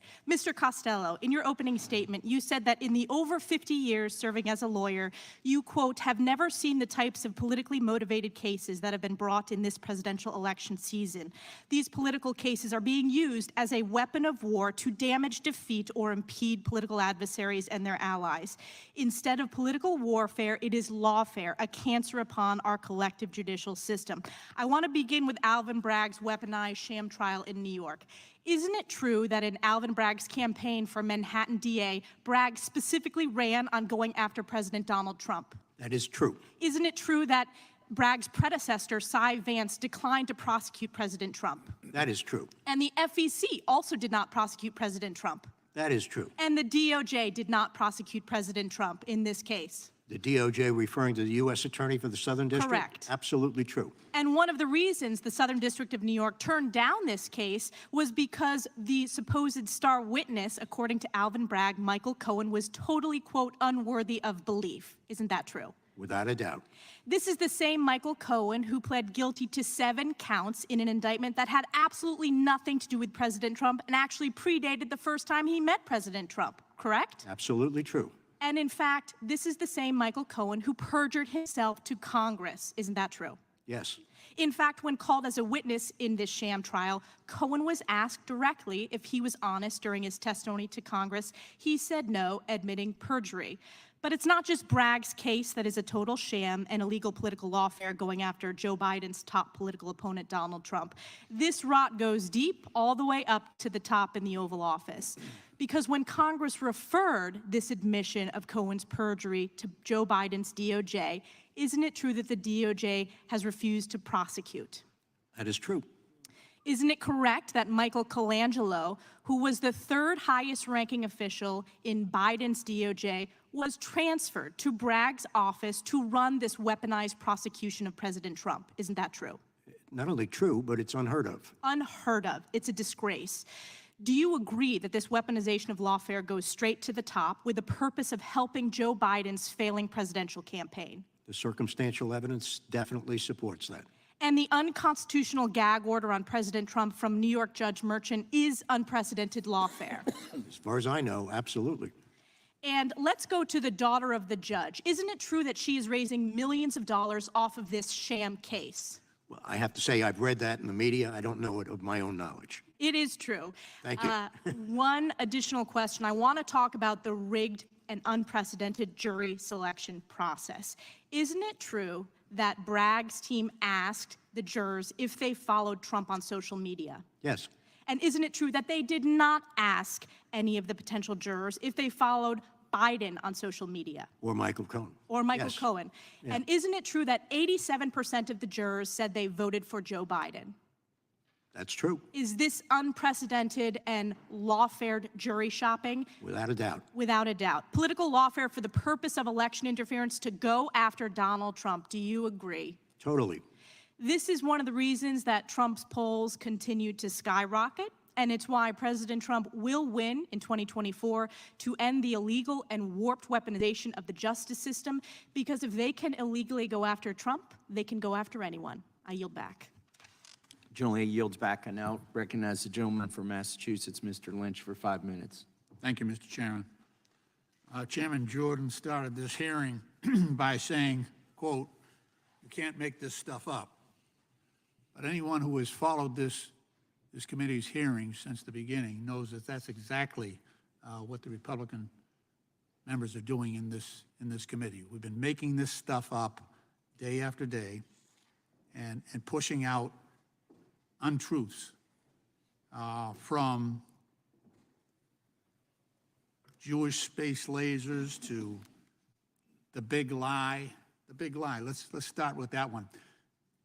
The claim that Biden lost the election and Trump really won, in spite of the fact that Rudolph Giuliani and his crew brought 60 cases in 5 different states, lost every single case, even before Trump appointed judges, lost every single case that they brought for lack of evidence. Some of these cases didn't even survive a motion to dismiss. There was just no evidence. And yet, my colleagues on the other side, including the chairman, Mr. Jordan, continue to push that big lie that Trump really won the election. And let's talk about Hunter Biden's laptop. We don't talk about that anymore. That was the smoking gun. That was the thing that was going to prove all these theories about wrongful conduct on the part of the president. Oh, and then there was Alexander Smirnov, who Chairman Jordan said he represents the most corroborating evidence that we have. The most corroborating evidence we have until he was arrested. He was indicted, then arrested. He's still in custody. Your star witness. Your star witness. This is baloney. And, you know, Hannah Arendt, who was a historian who was in Germany at the time of Hitler's rise, she wrote a book about the origins of totalitarianism. And she talked about the active, aggressive capability to believe in lies, not just gullibility, but the active, aggressive capability to believe in lies. You know, just as in Germany, the time and the truth catch up to all those lies. And, you know, there's some good people on the other side of the aisle. And I just worry about your reputations and your family's reputations about pushing this crap. You know, we can disagree about things, but when you're pushing stuff like that that is harmful to our democracy, and you follow, of all people, following Donald Trump, dear God Almighty, that's where you're gonna die on that hill. You're going to die on that hill? Sometimes when someone accuses you of something that you're not doing, they're the ones who are actually doing it. And we're here today to talk about the so-called weaponization of the federal government. So I have here a compilation of letters and interventions that Chairman Jordan has authored and submitted to the 4 cases that are ongoing right now. 3 of them are federal, 1 of them is a state criminal trial. These are all criminal trials in which Donald Trump is a defendant. And so these all represent either threatened subpoenas or attacks on or other types of legal, I guess you'd call it lawfare attacks on the courts, the prosecutors, and in some cases, witnesses. So even up to last week, Mr. Jordan was calling for the investigation of Michael Cohen before he's a witness about to take the stand, and Chairman Jordan went so far to send a letter to the Department of Justice demanding that it investigate former Trump attorney Michael Cohen for perjury. That was last week, before he took the stand. Talk about interference with the legal process and lawfare. That's what's going on this committee. And to be honest with you, I agree with Maria Bartiromo, her frustration. We got better things to do than this circus. With that, I yield back. Gentleman yields back. The gentleman from Florida is recognized. From the testimony of Michael Cohen's lawyer, Mr. Costello.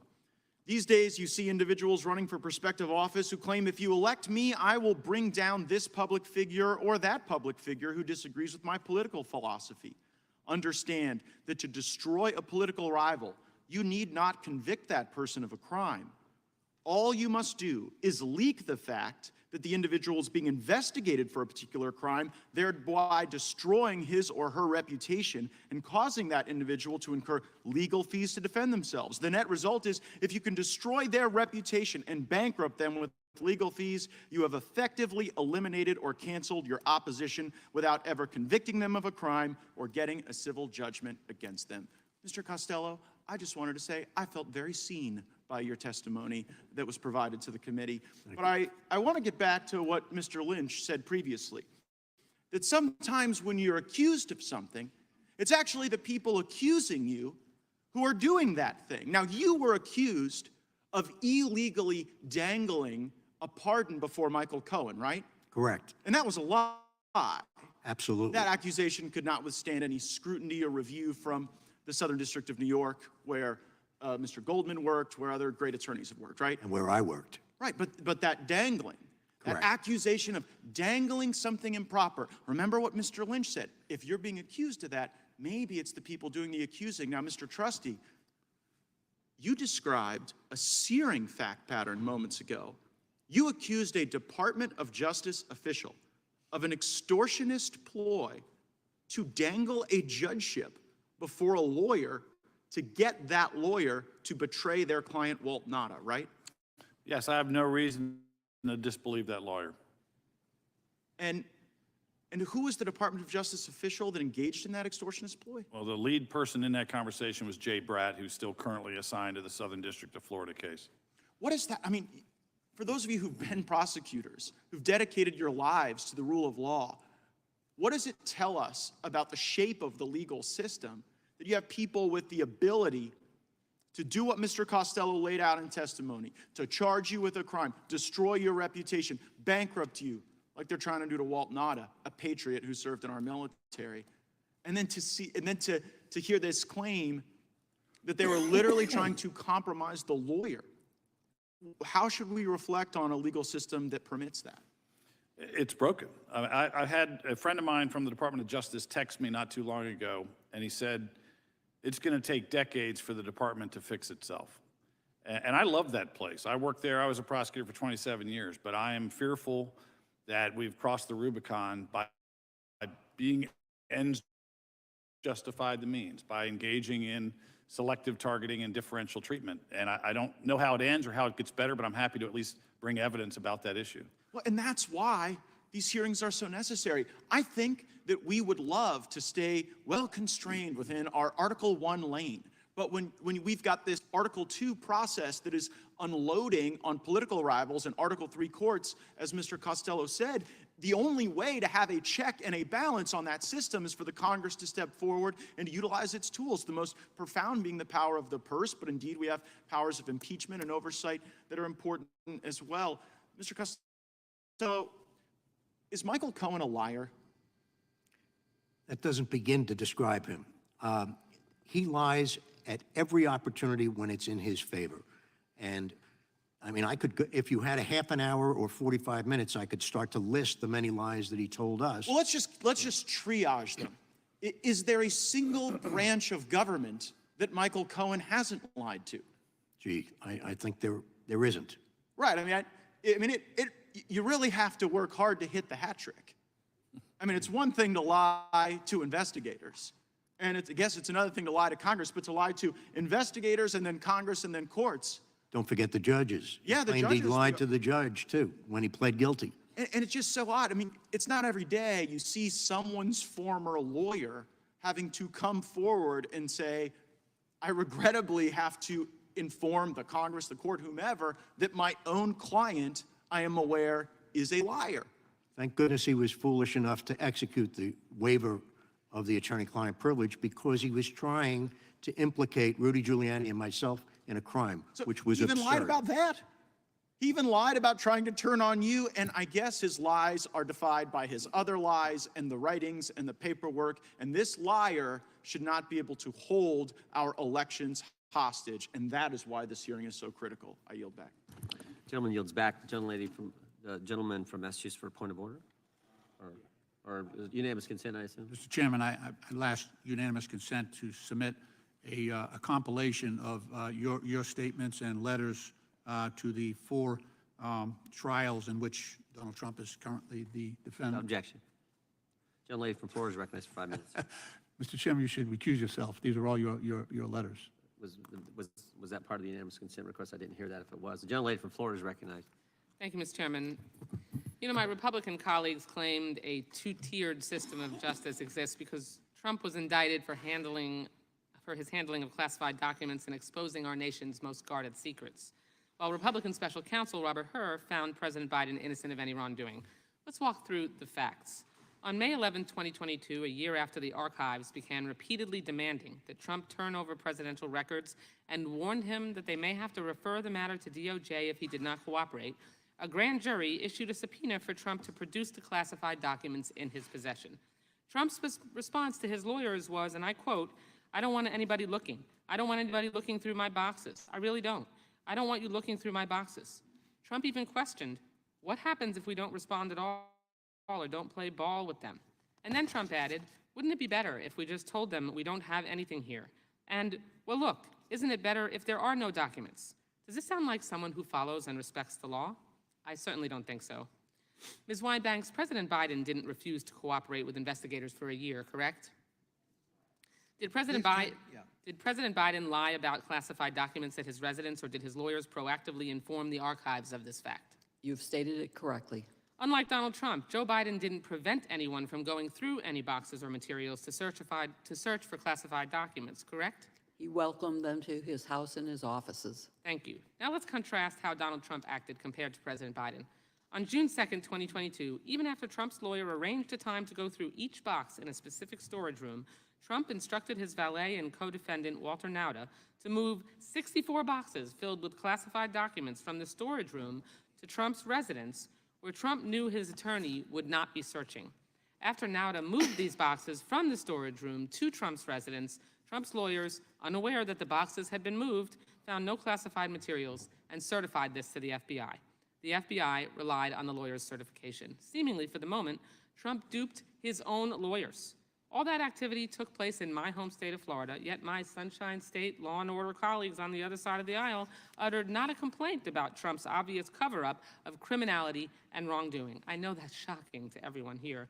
Talk about 2 tiers of justice. Now, so we're clear about this, please share with me, Ms. Winebanks, did President Biden ever move materials to hide them from his lawyers according to Hur investigation? No. Did he ever instruct anyone else to do so for him? No. Did he ever attempt to hide documents from investigators at all? No. Okay, continuing on. In another act of deception, Donald Trump also, quote, attempted to delete security camera footage at the Mar-a-Lago Club to conceal information from the FBI and grand jury, unquote.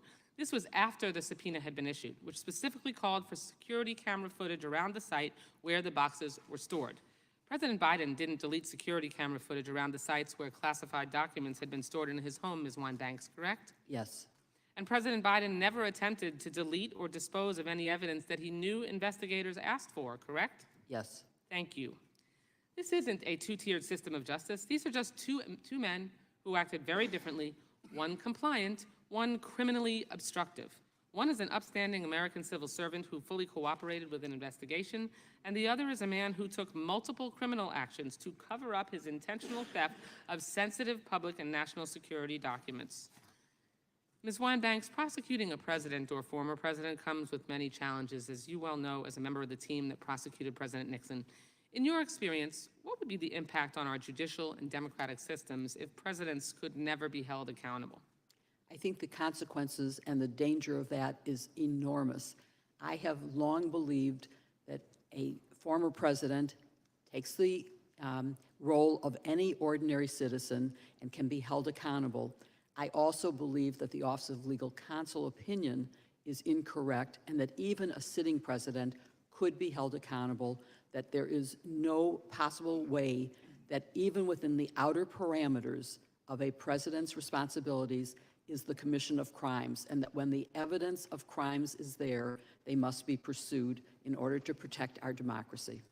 Thank you, Ms. Weinbanks. And I think it's important to point out that the most clear evidence of why we're here on a Wednesday for the first time, by the way, which, not uncoincidentally happens to be the day that the court is not in session and make it more likely that the defendant is watching, that the purpose of this hearing is to witness tamper. The purpose of this hearing is to try to influence the jury to do things that Donald Trump has a gag order to prevent him from doing, all with his lackeys here on the other side of the aisle, aiding and abetting that goal. Thank you. I yield back the balance of my time. Gentlelady yields back. Mr. Trustee, did Joe Biden keep classified documents? Yes, he did. Did he knowingly disclose classified information? It appears that he did to a biographer for about an $8 million advance fee. And what was his motive for doing so? About an $8 million advance An fee. $8 million motive to knowingly keep and knowingly disclose classified information. Correct. But he's getting nothing because he's a forgetful elderly gentleman and he's not going to be charged. And yet they're going to have to President Trump. Let me ask you this. I want to go back to where Mr. Gates was. Who's Stanley Woodward? Stanley Woodward is a defense attorney in Washington, D.C. with a stellar reputation for honesty, very intelligent guy, and someone I met. That dangled in front of him, right? Exactly. He had a Superior Court judgeship pending at the time, so that wasn't out of thin air. And he reported it promptly and eventually swore an affidavit to a federal judge. And here's what the Department of Justice said to him, quote, "Your guy Walt needs to flip. I'd hate to see you jeopardize your chances for the judgeship." Doesn't get much plainer than that, does it? Does not. Is that lawfare at its worst? Among other words, yes. Yeah, I mean, I've never seen anything like this. And you've worked with Mr. Woodward, and he's not necessarily on the Republican side of the aisle, is he? My best guess is he is not. He's not. But he's a good, honest lawyer, the way the Justice Department is supposed to operate. He is, and I think typical for him being the person he is of integrity, he doesn't like being in this position. He's probably not thrilled that I'm even talking about it, but the truth is the truth. The truth is the truth. How about this, Mr. Costello? I swear to God, Bob, I don't have anything on Donald Trump. Who said that? Michael Cohen about 10 to 20 times. So not just once, multiple times he told you that while you were his attorney, while you were in consultation with your client, he said that multiple times. He not only said that multiple times, but he said that after I said to him, knowing that he was suicidal, Michael, think about this. Isn't it easier to cooperate against Donald Trump than it is to kill yourself? And he still said, I swear to God, Bob, I don't have anything. When you laid it all out, you said, dude, you better cooperate. If you got something truthful on the president, you better let me have it or you're in trouble. And he came back with the exact same statement. I swear to God, Bob, I don't have anything on Trump. That is correct. And that was my obligation to do that, to fully inform him of what his escape route was, as he called it. And then he changed his story, right? Then he went on sued TV and him. changed Exactly. his story. He changed his story. He turned around, and he's the only one who can do that. You have to believe Michael Cohen in order to convict Donald Trump if there's actually a crime there, which there isn't. But that's an issue for an appellate court. I want to read another statement, another line from your statement. You said, Alvin Bragg refused my offer. What was the offer? My offer was to come to his office and sit down, let him look me in the eye, and see if I'm telling the truth. When I had all these documents that showed that Michael Cohen simply was not a reliable witness, that his predecessors in the Southern District of New York decided after they spoke to me with the FBI that Michael Cohen wasn't reliable and they never used him again for anything. Why wouldn't Alvin Bragg talk to you? Why do you think? You'd have to ask him that. But I talked to 8 of his assistant DAs. What was that reception like? I gave them a Zoom conference interview for an hour and a half before I testified in the grand jury on Monday. And then on Monday, when I testified in the grand jury, they did everything in their power not to ask me the questions that would elicit the exculpatory information. And is this the same information you took to the Southern District of New York? It is. Same information. They were happy to get it. Exactly. What did they decide? What did the Well, they Southern District- decided they did not use Michael Cohen for anything again. Yeah. And they didn't proceed against Donald Trump for They- anything. They saw what anyone with common sense would see. We can't make this guy as our star witness in a prosecution. We can't do that. And they didn't do it. And they didn't bring any charges, right? That's correct. And even Alvin Bragg understood that. Alvin Bragg said, quote, he could not see a world in which he would indict Trump and call Mr. Cohen as a prosecution witness, but then he changed his mind. And he didn't change his mind until after President Trump was an announced candidate for president, which I think underscores this fundamental point. This is all about politics. And that's your experience dealing with Mr. Bragg and his team. Is that right, Mr. Costello? Absolutely. I mean, there's no coincidences here. The fact that Judge Merchan has had all of these cases, and by the way, when he finishes with the Donald Trump case, Steve Bannon is next. Out of all the judges in New York County, somehow they keep on coming up with the same judge. Cool. I think it's all coordinated. Let me just, in my last 8 seconds, Mr. Trustee, let me just ask you this. When the prosecution alters the sequence and the order of the documents they seized in a raid that broke all precedent in what they did, the physical documents don't match up with the scanned documents. Is that a problem? It is. I mean, we viewed the materials almost like carbon dating. You could see dates of newspaper articles, you'd see photographs, you'd see an item marked classified. The exact context is an important part of the proof for the government as well as the defense, for the defense attorney. So altering that and not being able to retreat back to some sort of recreation is a serious problem. And you see the irony, don't you? The irony of Jack Smith mishandling documents all the while he's charging President Trump with mishandling documents. I mean, I don't think that's lost on anyone. Well, and remember, it came out in the context of correcting a prior statement to the court that there was not a problem with mishandling the documents. Oh, so they even worse or even better, I guess, is even. Let's go with worse. It'd be funnier if it wasn't so true. My time has expired. Chair, and I'll recognize the gentleman from Virginia. Thank you. Gosh, Ms. Banks, I'm listening to this, and I guess I'm supposed to be persuaded that the only liar in the platform is Mr. Cohen. Now, help me reflect a little bit, because I want to make sure my memory serves me well. Did the former President of the United States, Donald J. Trump, was he found guilty of lying and massive fraud by the state of New York? Yes, So he lied, he did. honestly, and he was found guilty of it. Yes. So we can speculate about others, but in this case, we have a record. Was he fined by that? He had probably given a little slap in the wrist, right? They gave him a huge slap in the wrist, and in one of those cases, the judge said that Michael Cohen was credible. So we have that affirmation of his credibility, and the prosecution doesn't pick the witnesses, the defendant does. Witnesses who are cooperating were former co-conspirators, and they do acts in furtherance of the conspiracy and in aid of their co-conspirator, in this case, Mr. Trump. Well, my. So we can have this theater about a particular witness and his credibility, but we actually have a rendering, a judgment rendered in the court in New York in a case brought by the Attorney General of New York. Is that correct? That is correct. Right. And apparently they were all engaged in a conspiracy against this poor innocent former president of the United States. Was that same individual, the former president of the United States, also found guilty in a different court of defamation, and defamation being you lied about somebody? Yes. He was found guilty. He was found guilty of that and of sexual assault. And of sexual assault. Oh. Well, was he fined for that? Very large fine. Another large fine. So he lied about his business and was convicted of committing civil fraud in the state of New York and fined almost, well, with interest and everything, close to $500 million? Correct. And had to actually post a bond to make good as a surety on that. Is that correct? That is correct. Now, the title of this subcommittee, select subcommittee, is weaponization. You know, the false premise being that the federal government is all organized to weaponize against innocent, especially right-wing victims. Now, if I told you, given your background, that someone running for president of the United States has said, I'll be a dictator on day one. One day. Out of his own mouth. And we know that there are plans to create huge detention camps that could hold and process millions, not thousands, of immigrants in the United States.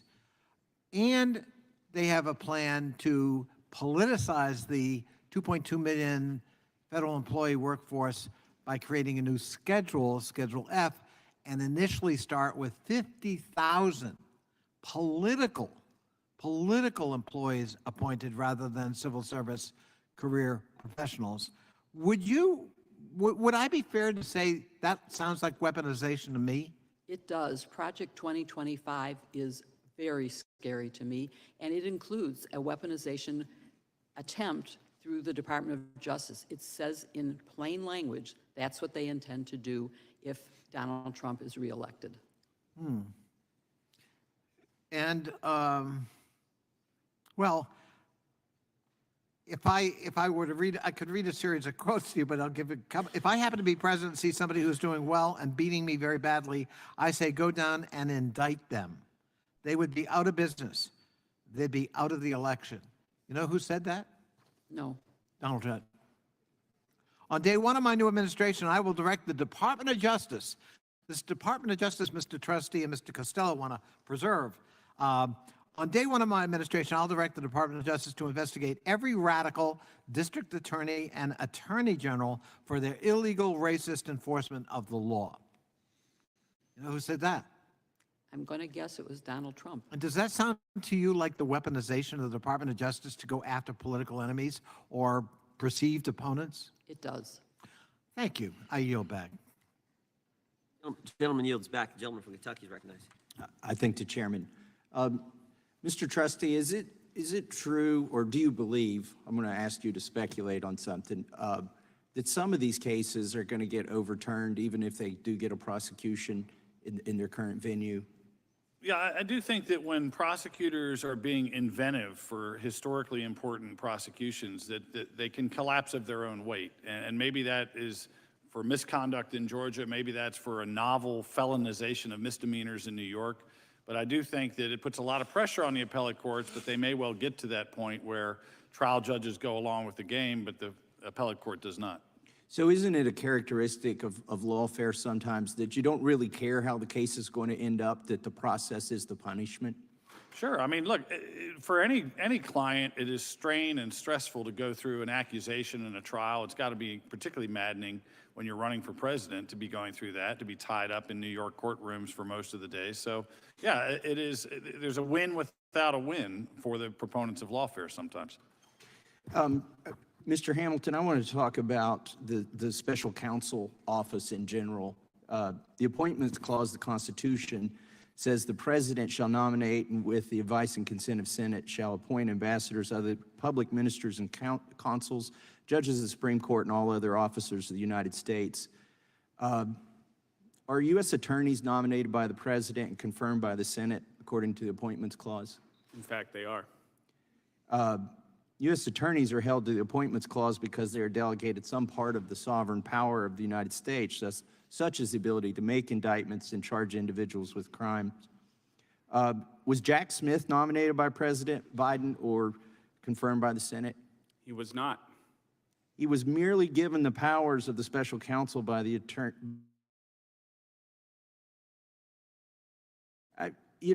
I think it's kind of a fallacy that Congress can create this special office and that it will be free of any political bias. Do you believe that Special Counsel Jack Smith is acting independently of the White House? Absolutely not. And what leads you to believe that he's not? So it's not only the novel application of some of these statutes to former President Trump, twisting statutes that this Congress wrote, twisting the meaning of plain language of sections like 1512C, interpreting the Presidential Records Act in a way that precludes Donald Trump from deciding which records are his. There's all kinds of different things that he's doing. But I would say that the manner in which they've been acting, as my colleagues on this panel have testified to, the manner in which they have conducted themselves in their investigation, every step along the way, whether it's cataloging evidence or whether it's statements to the court and everything in between, Jack Smith is acting like a partisan hack, and he has a record of that doing so in the past. And, according to reporting, Jay Bratt, a top aide to Special Counsel Jack Smith, met with White House officials multiple times, including just weeks before Special Counsel Smith indicted President Trump. I mean, it's hard to say that he's independent if these meetings are in fact going on, isn't it? That's correct. I think maybe we need a hearing later on to talk about this office itself and how it's been weaponized. I'm going to yield my remaining time to the chairman. I thank the gentleman for yielding. Mr. Trustee, you've talked about earlier Jack Smith's obsession with getting this trial done before, in a speedy fashion, I think before the election, I mean, it seems to me that in and of itself, all of them are concerned these trials may not happen before the, why does that matter? We want justice done right. That should be the focus, not some artificial timeline.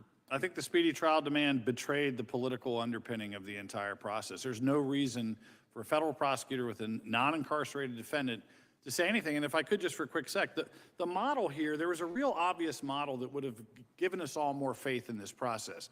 That is full transparency on behalf of the Department of Justice. Coming into court and saying, we're turning over everything in discovery, we're ready for trial, but Judge, you tell us we'll show up when we need to show up. We're here for small j justice, not capital J justice, as we used to say at DOJ. That's the problem. That model of transparency and openness, not fighting special master supervision, not appealing everything, not trashing Judge Cannon in Florida, that's what we could have had some respect for and some belief that the process is playing out fairly. You only bring charges after he announces for president, then of course you want the trials before the election. That seems so obvious, I think, to anyone with common sense. That's what they're trying to do. Now, the good news is it's all falling apart. It's all falling apart, which when you have these kind of cases, maybe that's what we should have probably expected in the end. I think the gentleman for Young Chair now recognizes the gentlelady from Texas. Thank you, Mr. Chairman, and to the witnesses, good morning. I apologize. I have a competing hearing that I had to sort of play dual role here this morning. While I miss your opening statements, I certainly have looked at what you were prepared to testify to. And frankly, I have some questions, but I'm just sort of still astounded to hear that some of my colleagues are questioning the timing of the charges and all of this poor little Donald Trump got indicted story.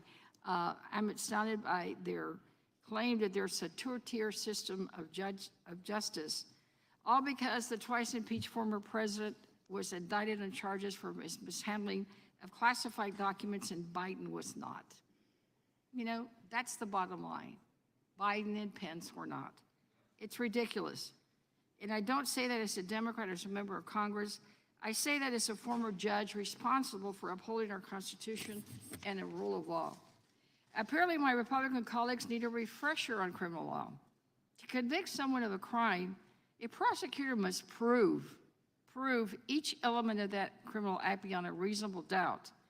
Prosecuting someone under the relevant statutes in these cases, a prosecutor would have to prove willfulness. Defendants would have to have willingly withheld these documents. Mr. Hur's report cleared President Biden of wrongdoing. But boy, oh boy, did Trump willfully steal and conceal, new mode of operation there, steal and conceal his documents. In his words, when he realized he had the documents in his possession, he didn't call authorities to come get them like President Biden or Vice President Pence did to correct the problem. No, he thwarted every attempt to have federal prosecutors from coming in. Reports say he said, quote, "What happens if we just don't play?" end quote, with investigators, and that he didn't want anyone getting, quote, his documents. His documents.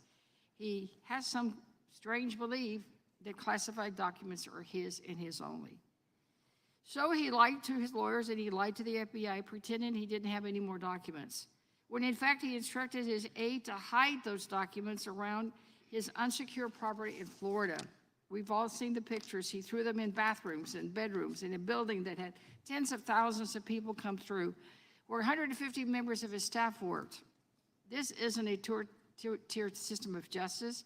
It's just the criminal justice system evaluating the facts. Facts Republicans apparently seem uninterested in and want to totally ignore. Because facts aren't what matter to my colleagues across the aisle, as they have proven today. But regardless of how much they try, in America, no one is above the law, not even the former twice impeached president. Ms. Winebanks, you were a prosecutor that worked on the Watergate case. As a former prosecutor, can you speak to what is needed to prove willingness, and do you think that it can be proven in this case with the classified documents?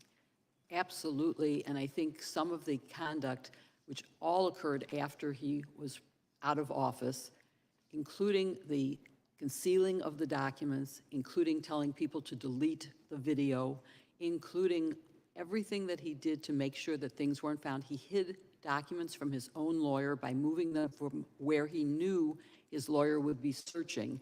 He caused his lawyer to file a false statement to the FBI about, here's the documents we have. Those are all evidence of his knowledge and his willfulness. He knew he had those documents. He knew he didn't want them to be turned over. And if I could just add, the Presidential Records Act is something that was passed as a result of Richard Nixon's conduct. And so I'm very familiar with it. And it extends to not just classified documents, but to all the records of a president. So he was holding many, many documents that should have been turned over as a routine matter when he left the White House. And this is opposed to how Vice President Biden and former Vice President Pence handled their requests. That is correct. And in the case of Biden, the special counsel investigating concluded that there was no evidence of willfulness that could establish beyond a reasonable doubt that he had any knowledge or willfulness in possessing those documents. And there were even specific findings about things like his diaries, which have long been held since Ronald Reagan was president, to be the personal possession. Those are personal documents. The former President Trump tried to say everything is my personal documents. That's not how it works. Personal documents are like the diaries and handwritten notes. Well, thank you, and I'm running out of time, but would you say that they're really, I mean, I don't even know what what are they calling it, legal affair? Or, Lawfare. I mean, does that word even make sense? Well, I had to look it up. It's not one that I had ever heard except in terms of the Lawfare blog. And so I looked it up, and I was quite surprised at what its meaning was in terms of weaponization. And I think, as I was being asked earlier, the Project 2025 is the weaponization of government.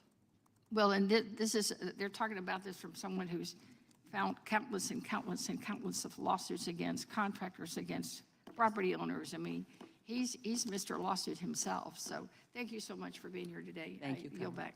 Gentlelady yields back. Gentleman from North Carolina is recognized.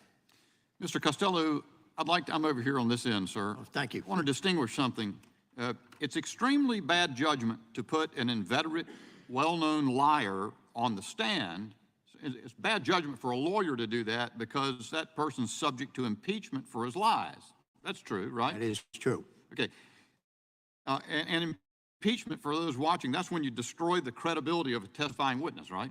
You do. You also destroy the credibility of the office, Absolutely. which is why I wanted to sit down with Alvin Bragg. But there's another problem with doing that, isn't there?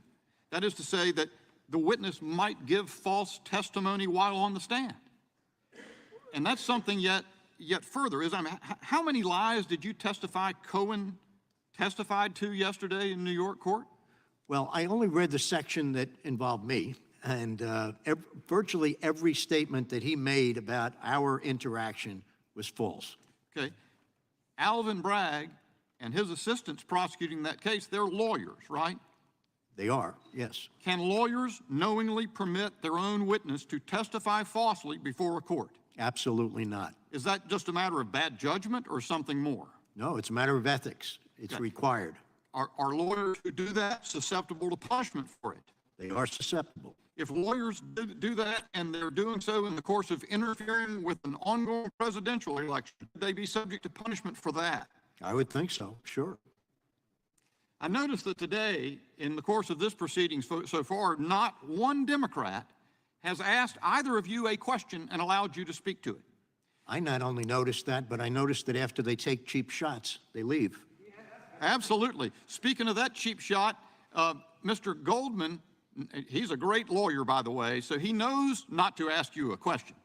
Well, we've had prior dealings, and I think he does know not to ask me a question. I'm sure. But do you care to respond to what he suggested?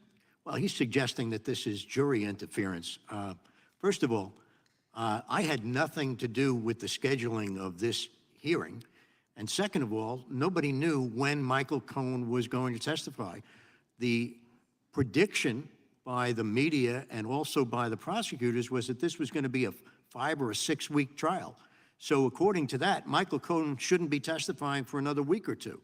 So to claim that we're just doing this to interfere with the jury that's been instructed, of course, not to watch proceedings such as this, Absolutely. is ridiculous. All right. It's a cheap shot, and that's why I called it that. Totally agree. And I'll just observe. When I was reading your statement, I noticed that you said you had been practicing law for 51 years. I said, wow, you're going to be old. No. What a great head of hair and great, absolutely have it all together. So, but you've been practicing law at a high level for 51 years. Mr. Trusty, next year, I think you said you were with the Justice Department for 27 years. Is that correct? I was a prosecutor for 17 at DOJ. Okay, prosecutor 27 years and 17 at DOJ. So yes, I'm not as old as Bob. No. Thank you for that. No one has attempted to lay a glove on either of you. How about Stanley Woodward? Has anybody, to your knowledge, challenged his sworn account of being extorted by Jay Bratt, Mr. Trusty? No, but I also have no evidence of the department looking inward about it at all. What indeed is the recourse? If this shouldn't come before this committee, as the members of the minority have said. What indeed is the recourse for this? Mr. Trusty? I'm not sure. Certainly disqualification from the case, which would be a starting point here. And there should be a robust OPR investigation on the DOJ side. My experience with OPR, even in some of the worst accusations that were made to people in the department, was that they geared it to not make decisions until after the litigation was closed, which was very self-serving. I'm a little concerned that the public ramifications by way of OPR and DOJ's response might be years away. That seems to be the problem. No one's ever held to account, and the process takes years and years and years and then ends in a whimper with somebody sending a report forth, and the problems just keep coming. I encourage those who are watching, unfortunately I've only got about 30 seconds left, to read the last two. Actually, both of your statements are extraordinary. Anybody watching this hearing ought to pull those statements up and read them word for word. They're magnificent, well drafted. And the end of yours, Mr. Trusty, in which you characterize where the Justice Department is and how much of a problem this is and how dangerous it is to the country, I think are maybe two of the most significant paragraphs I've read while I've been in Congress. And I encourage people to look at them. Thank you, sir. Yes, sir. But I tell you, I appreciate your coming here. It is that on both cases, it is an act of service to the country. And I think the American people are wise to this. And I know how it's going to go. The only question is what comes next. How is this going to be dealt with in the next administration? Because be dealt with, it must be. Yield back. Gentleman yields back. Well said, particularly the reference to the gentleman's written testimony. I would encourage everyone to read that. The gentleman from California. Gentleman from California is recognized. Thank you, Mr. Chairman. If I might start, since the issue of veracity has come up repeatedly here, if I might enter into the record 3 articles that have recently appeared dealing with the veracity of the former president. One's from Time Magazine, another one from, let's see here, yes. Mr. Chairman, may I enter these into the records? Well, I thought you were going to read. You said Time Magazine. You said 2 others, but yeah, without objection. Thank you. I was just trying to define lawfare, and apparently it has to do with using the federal government, in this case, to weaponize or to carry out some action against somebody. Now, if someone were to say, I will appoint a special prosecutor to go after the most corrupt president in the history of the United States of America, would that be lawfare? I believe it would. Thank you. If someone were to say, if I happen to be president and I see somebody who's doing well and beating me very badly, I say, go down and indict them. They would be out of business. They would be out of the election. Is that lawfare? That is definitely a violation of everything that the Department of Justice stands for. It is lawfare. You need to have some evidence to begin an investigation, and the president himself has no role in directing who the Department of Justice will investigate or prosecute. If I might continue, thank you. On day one of my new administration, I will direct the Department of Justice to investigate every radical DA, Attorney General, for the illegal, racist enforcement of the law. Is that lawfare? Yes. Do you know who made those statements? Let me tell you. Those are direct quotes from the new wannabe president, former President Trump. Apparently, he wants to use his power as president to weaponize the Department of Justice and every other federal agency to go after his enemies, political or otherwise. One of these quotes might be his business interest. Would that be inappropriate for a president or a wannabe president to make these statements, and even more so to do that should that person become president? It would be. Do any of you gentlemen disagree that that would be inappropriate for a president to do any of those three things? Gentlemen? Yes or no? It's appropriate or inappropriate? I don't accept the premises fully, so I'm having a Now, hard time with yes don't give me or that no. lawyery business. The question is, those are statements made by the former president of the United States as he prepares to become the next president. Are those appropriate actions by any president? Yes or no? Yeah.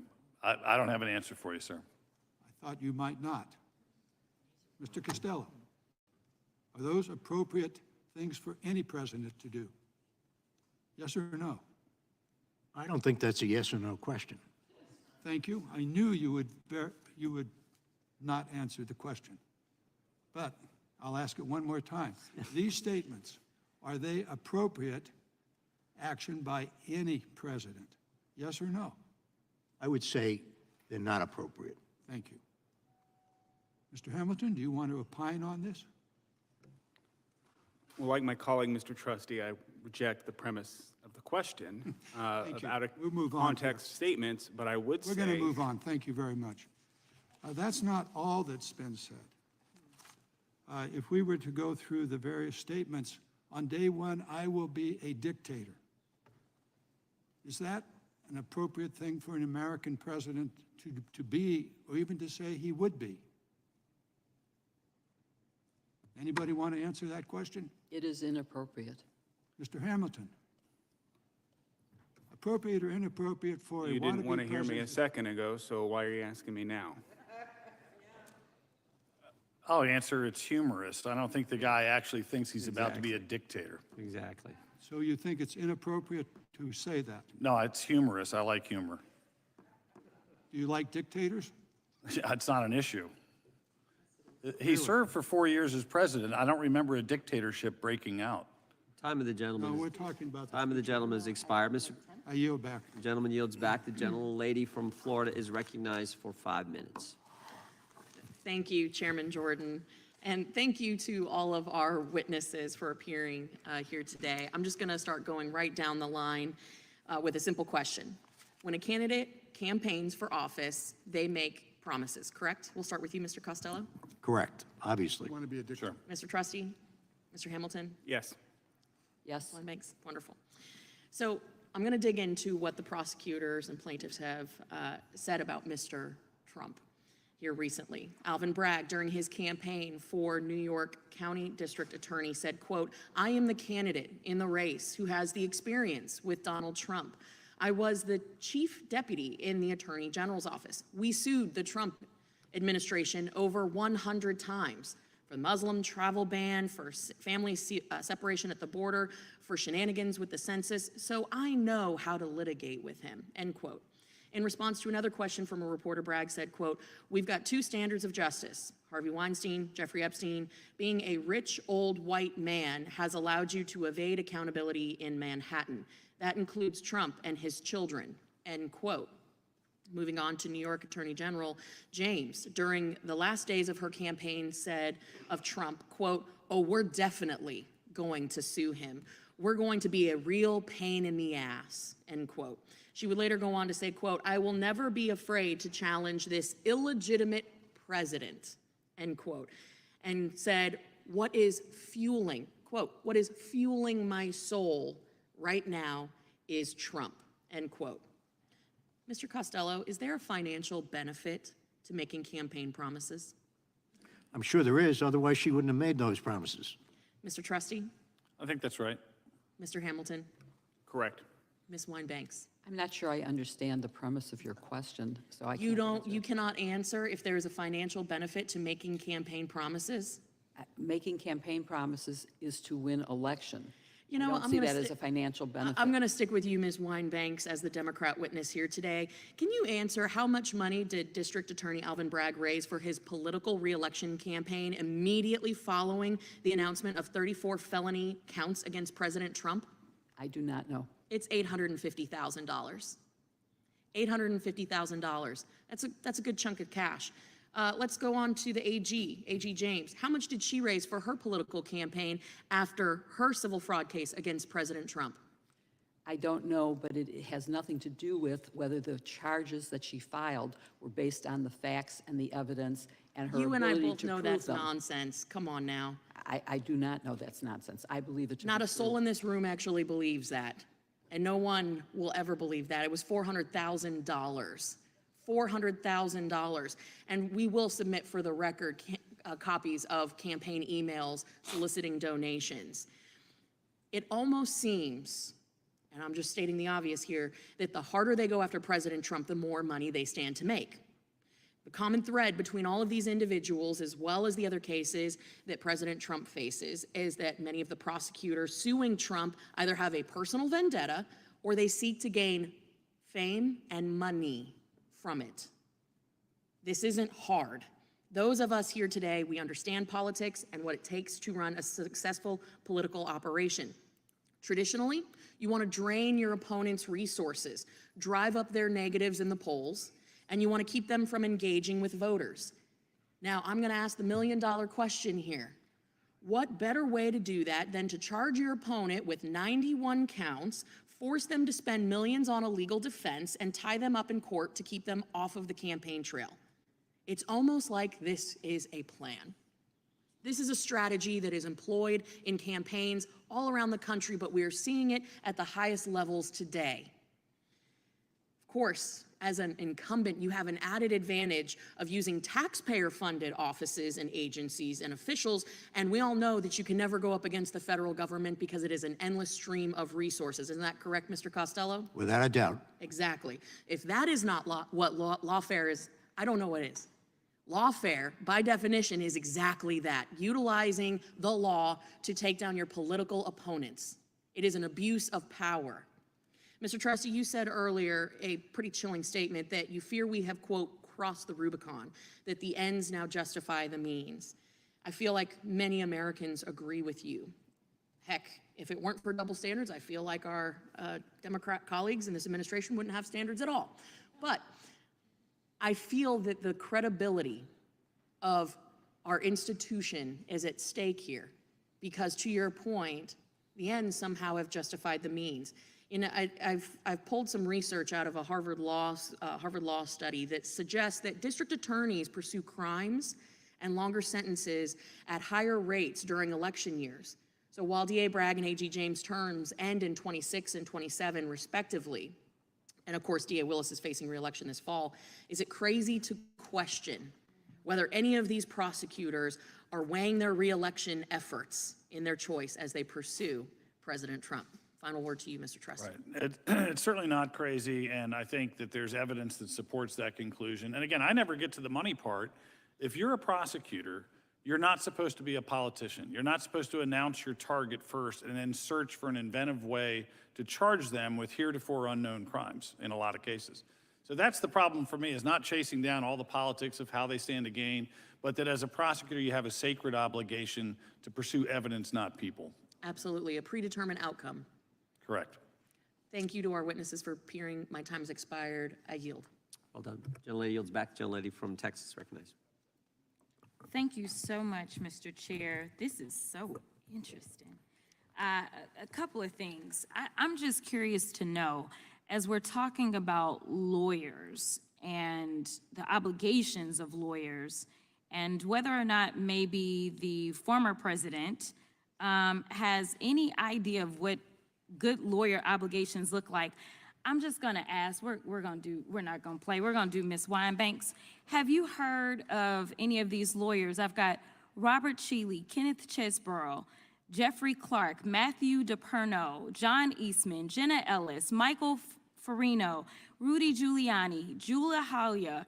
I got a long list. Have you heard of any of these people? I have.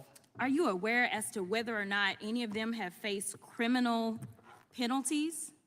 Yes, and also been disbarred or suspended. Oh, yeah, okay. So they've had some issues, but these are the hand-picked lawyers for Trump. I'm assuming that y'all have never been Trump lawyers, Mr. Trusty or Mr. Costello. No, I was for a year. Oh, you were, and you still have your bar card? I'm sorry? You still have your bar card? Yeah, well, unless I get targeted for daring to represent a former president. You have absolutely done a lot better than most that deal with him. So good for you. I also want to make sure that we talk about what two-tier really looks like. And Mr. Trustee, since you've been a prosecutor before, I'm curious to know, have you ever had a criminal defendant that had over 80 counts in 4 different jurisdictions and somehow was not held pretrial? I know that you talked in your opening about your interpretation of what speedy trial looks like, and it's really only for those that are held pretrial. And last time I checked, most of the time those people held pretrial, they don't have anywhere near 80 counts pending against them. But I'm curious to know, in your experience, have you ever had someone that had over 80 counts pending in 4 different jurisdictions and they were not held pretrial? Yes or no? Well, no specific recall, Okay, all but right. I could answer That's all more if you'll let me. You told me no, and I understand because I hadn't either. So, in addition to that, there's been a gag order, since we're going to talk about the pending trial that's going on right now. Have you ever had a defendant that violated a gag order and then you went to the judge and the judge didn't lock them up and they done done it at least 10 times? I think it's 10. I'm losing count right now. Have you ever had somebody violate? In 35 years, I had never seen a defendant gagged. Okay, not my question. So you've never Well, it's had hard it. to get to the So second you've part if they're so never you've gagged. never had it. You're absolutely right. All right, so finally, when it comes down to intimidating witnesses, because maybe you haven't had gag orders, intimidating witnesses, have you ever had a defendant that you were prosecuting and they were intimidating witnesses and they didn't somehow end up in the clank for at least a day or two? I've had criminal death penalty prosecutions based on witness retaliation. I'm very familiar with gang cases and mafia cases. Most of those defendants were already incarcerated when they would orchestrate some sort of obstruction. Okay, If so there's they- provable physical violence-based obstruction, it certainly makes sense that they'd be incarcerated. Thank you so much. And, you know, Mr. Hamilton, I don't want you to feel left out of this conversation. So I'm going to make sure I ask you some questions. let me know if you're having problems answering them, because they really should be yes or no. Let's see, you're the executive director for the America First Legal, correct? That's correct. All right, and America First Legal is a member of Project 2025, which is dedicated to creating the playbook for the next conservative administration and what it calls the Project Pillars, correct? We are proud contributors to Project 2025. Okay, and are you familiar with Project 2025's mandate for leadership? In fact, I am. Okay. And in fact, you wrote some of the sections of this mandate related to the DOJ, correct? Sure did. And the mandate outlines policy priorities for the next conservative president. Is that correct? It does. You've done a great job. I just want to let you know.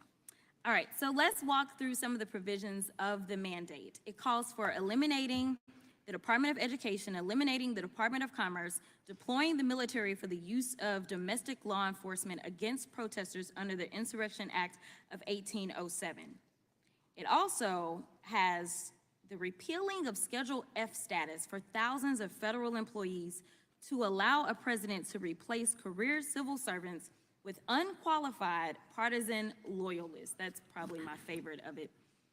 It also prohibits the FBI from combating the spread of misinformation and disinformation, like Russia and China, who are actively trying to interfere with American elections. I don't know why or how anybody can support Project 2025. And I know that there was allegedly a joke about dictators and whether or not that's funny, but in the United States of America, dictatorships are never funny, and Project 2025 is giving the playbook for authoritarianism as well as the next dictator to come in. And I know that you are doing your jobs here by making sure that hopefully some juror turns on and finds some viral moment of you spewing more of the nonsense as it relates to the president, but as practicing lawyers or licensed attorneys, I hope that we can all agree that no one gets indicted because someone says so. There takes a grand jury, and the grand jury is comprised of American citizens that sit down and review evidence, and they make the determination. And when and if Trump is convicted, it will be a jury of his peers, and it won't be the President of the United States. I thought you were going to get to a question somewhere in that 90 seconds for Mr. Hamilton after you went after his 2025. I will point out the Inspector General just released a report that said the FBI retaliated against whistleblowers. One of the reasons we do need some changes, but there was no question there. But Mr. Hamilton, if you want to give it some kind of response, you're more than welcome to do that. Mr. Chairman, my only response would be to say that there are a great number of policy options that have been provided to any future conservative administration through Project 2025, and it's an attempt to restore the rule of law in this country. And I reject the Huffington Post-style characterizations of the recommendations. All right. A gentlelady yields back. The And gentlelady from, we'll go to the gentlelady from Wyoming, then gentleman from Florida. Mr. Chair, I'd ask Thank you. unanimous consent. Excuse me, this is, oh, I'll get you as soon as we go after this thing. Just Okay. unanimous consent? Are you Yes, gonna- just unanimous consent to enter the mandate for leadership. Without objection. Without objection. The Thank- gentlelady from Wyoming is recognized. well, thank you. And if it seems like there might be a dog in this hunt on the other side, what you need to understand is that Mr. Goldman, the novice representative from New York, actually does have a personal stake in this case. He has stated that he has been involved with the Bragg case, helping to prepare Mr. Cohen for his testimony. So he is quite closely aligned with an admitted and convicted liar and perjurer. He's also paid the Judge Merchant's daughter's firm over $150,000 for her services. So I think we've got quite a conflict of interest from Mr. Dan Goldman, the novice representative from New York. And just one other thing to keep in mind when considering the hostility from the folks on the other side of this aisle is that the ranking member Excuse me, of this Mr. Chair, particular I would move committee to have that was stricken Jeffrey from the record, Epstein's to have fixer. that phrase taken down. The ranking member was Jeffrey Epstein's fixer. So I think that might give you some Excuse me, idea of I why would you see ask this that hostility. Hey, hang on. The statements be gentlelady, taken down. the to ranking Mr. member is Goldman. recognized. I would ask that the statements regarding the conflict of interest related to Mr. Goldman be stricken down from the record. engaging in personal personalities. In your on this 14-minute and 14-second opening statement, you called the former president, current candidate for the office of president of the United States, all kinds of names. I think He's not a member of this I understand committee, he's not a member, but and he's that's what I'm still asking a former you president. related to. What I'm saying is we should I'm all be related careful to about it. our I think member. the gentlelady from Wyoming was just stating facts that are in a news report. She accused him of a conflict of interest on the committee during the hearing. I ask that that be stricken down. Gentlelady's point of order is overruled. The gentlelady from Wyoming is recognized. Thank you. Mr. Hamilton, would you agree that gag orders on trial participants were created with the intent of securing a defendant's right to a fair trial and ensure efficient administration of justice? It's precisely correct. And it's in fact usually intended to prevent the prosecution from making extrajudicial statements that are going to be prejudicial to the defendant's rights. And Mr. Trustee, I think that you testified that in all of your years of experience, you've never seen a circumstance where a defendant had a gag order imposed against them. Is that correct? That's correct. And would it be fair to say that while such an order is intended to guarantee a defendant's Sixth Amendment right, it also at certain times could raise First Amendment issues? It does. Okay. In Bragg's political persecution of Donald Trump, Judge Merchant instituted an unconstitutional gag order against the defendant, President Trump. Yet Judge Merchant has levied no such order against any of the other trial participants like Michael Cohen, who continue to publicly attack Mr. Trump. Mr. Hamilton, is the gag order issued by Judge Merchant a significant departure from the normal order of business? And does it reveal the First and Sixth Amendment tensions which underlie this case? Most certainly does. And why does President Trump face such a legally questionable gag order in this case? Well, simply put, it's because it is a classic example of lawfare being employed by Democrats against their political opponent, weaponizing the various branches and levels of government, something that we have seen in the last 8 years that has been absolutely shocking to the conscience. DA Bragg resurrected a zombie case and is using a novel legal theory which has not even been explained to the defendant or the jury. He selected Matthew Colangelo as lead prosecutor, a former Biden DOJ official and DNC consultant, and Judge Merchant, who made campaign donations to President Biden and the Democrat Party during the 2020 election, and whose daughter's firm worked for the Biden and now Harris campaigns, is overseeing the case and imposing speech restrictions on a person Judge Merchant called, quote, possibly the next president of the United States. Judge Merchant went so far in the last 2 weeks as threatening to jail a former president and presumptive major party nominee for violating an order which infringes on his free speech rights. Writing in The Federalist, Tom Christ analyzes how lawfare offers benefits and a means of victory regardless of the outcome of the courtroom, which is causing as much pain as possible and treating the defendant like an enemy versus the defendant. I want that to sink in. Watching Judge Merchant, it is very apparent that he is treating President Trump as an enemy, not a party and not a defendant. Mr. Hamilton, do you think the gag order falls into this playbook and serves an additional lawfare benefit for the left in that it can be used to enact an even larger legal burden on Donald Trump for simply exercising his right to free speech? Yes, I do. And in fact, quite frankly, when you have a gag order like that, or when you have abuses of processes like this, as my colleagues have alluded to before, the pain in the process is the goal. That's really the goal here. Whether they get a conviction, whether they get any kind of civil fine or judgment, it's not necessarily the ultimate objective. The ultimate objective is to cause pain to the political opponent, and that's what they're doing to Donald Trump. One of the things that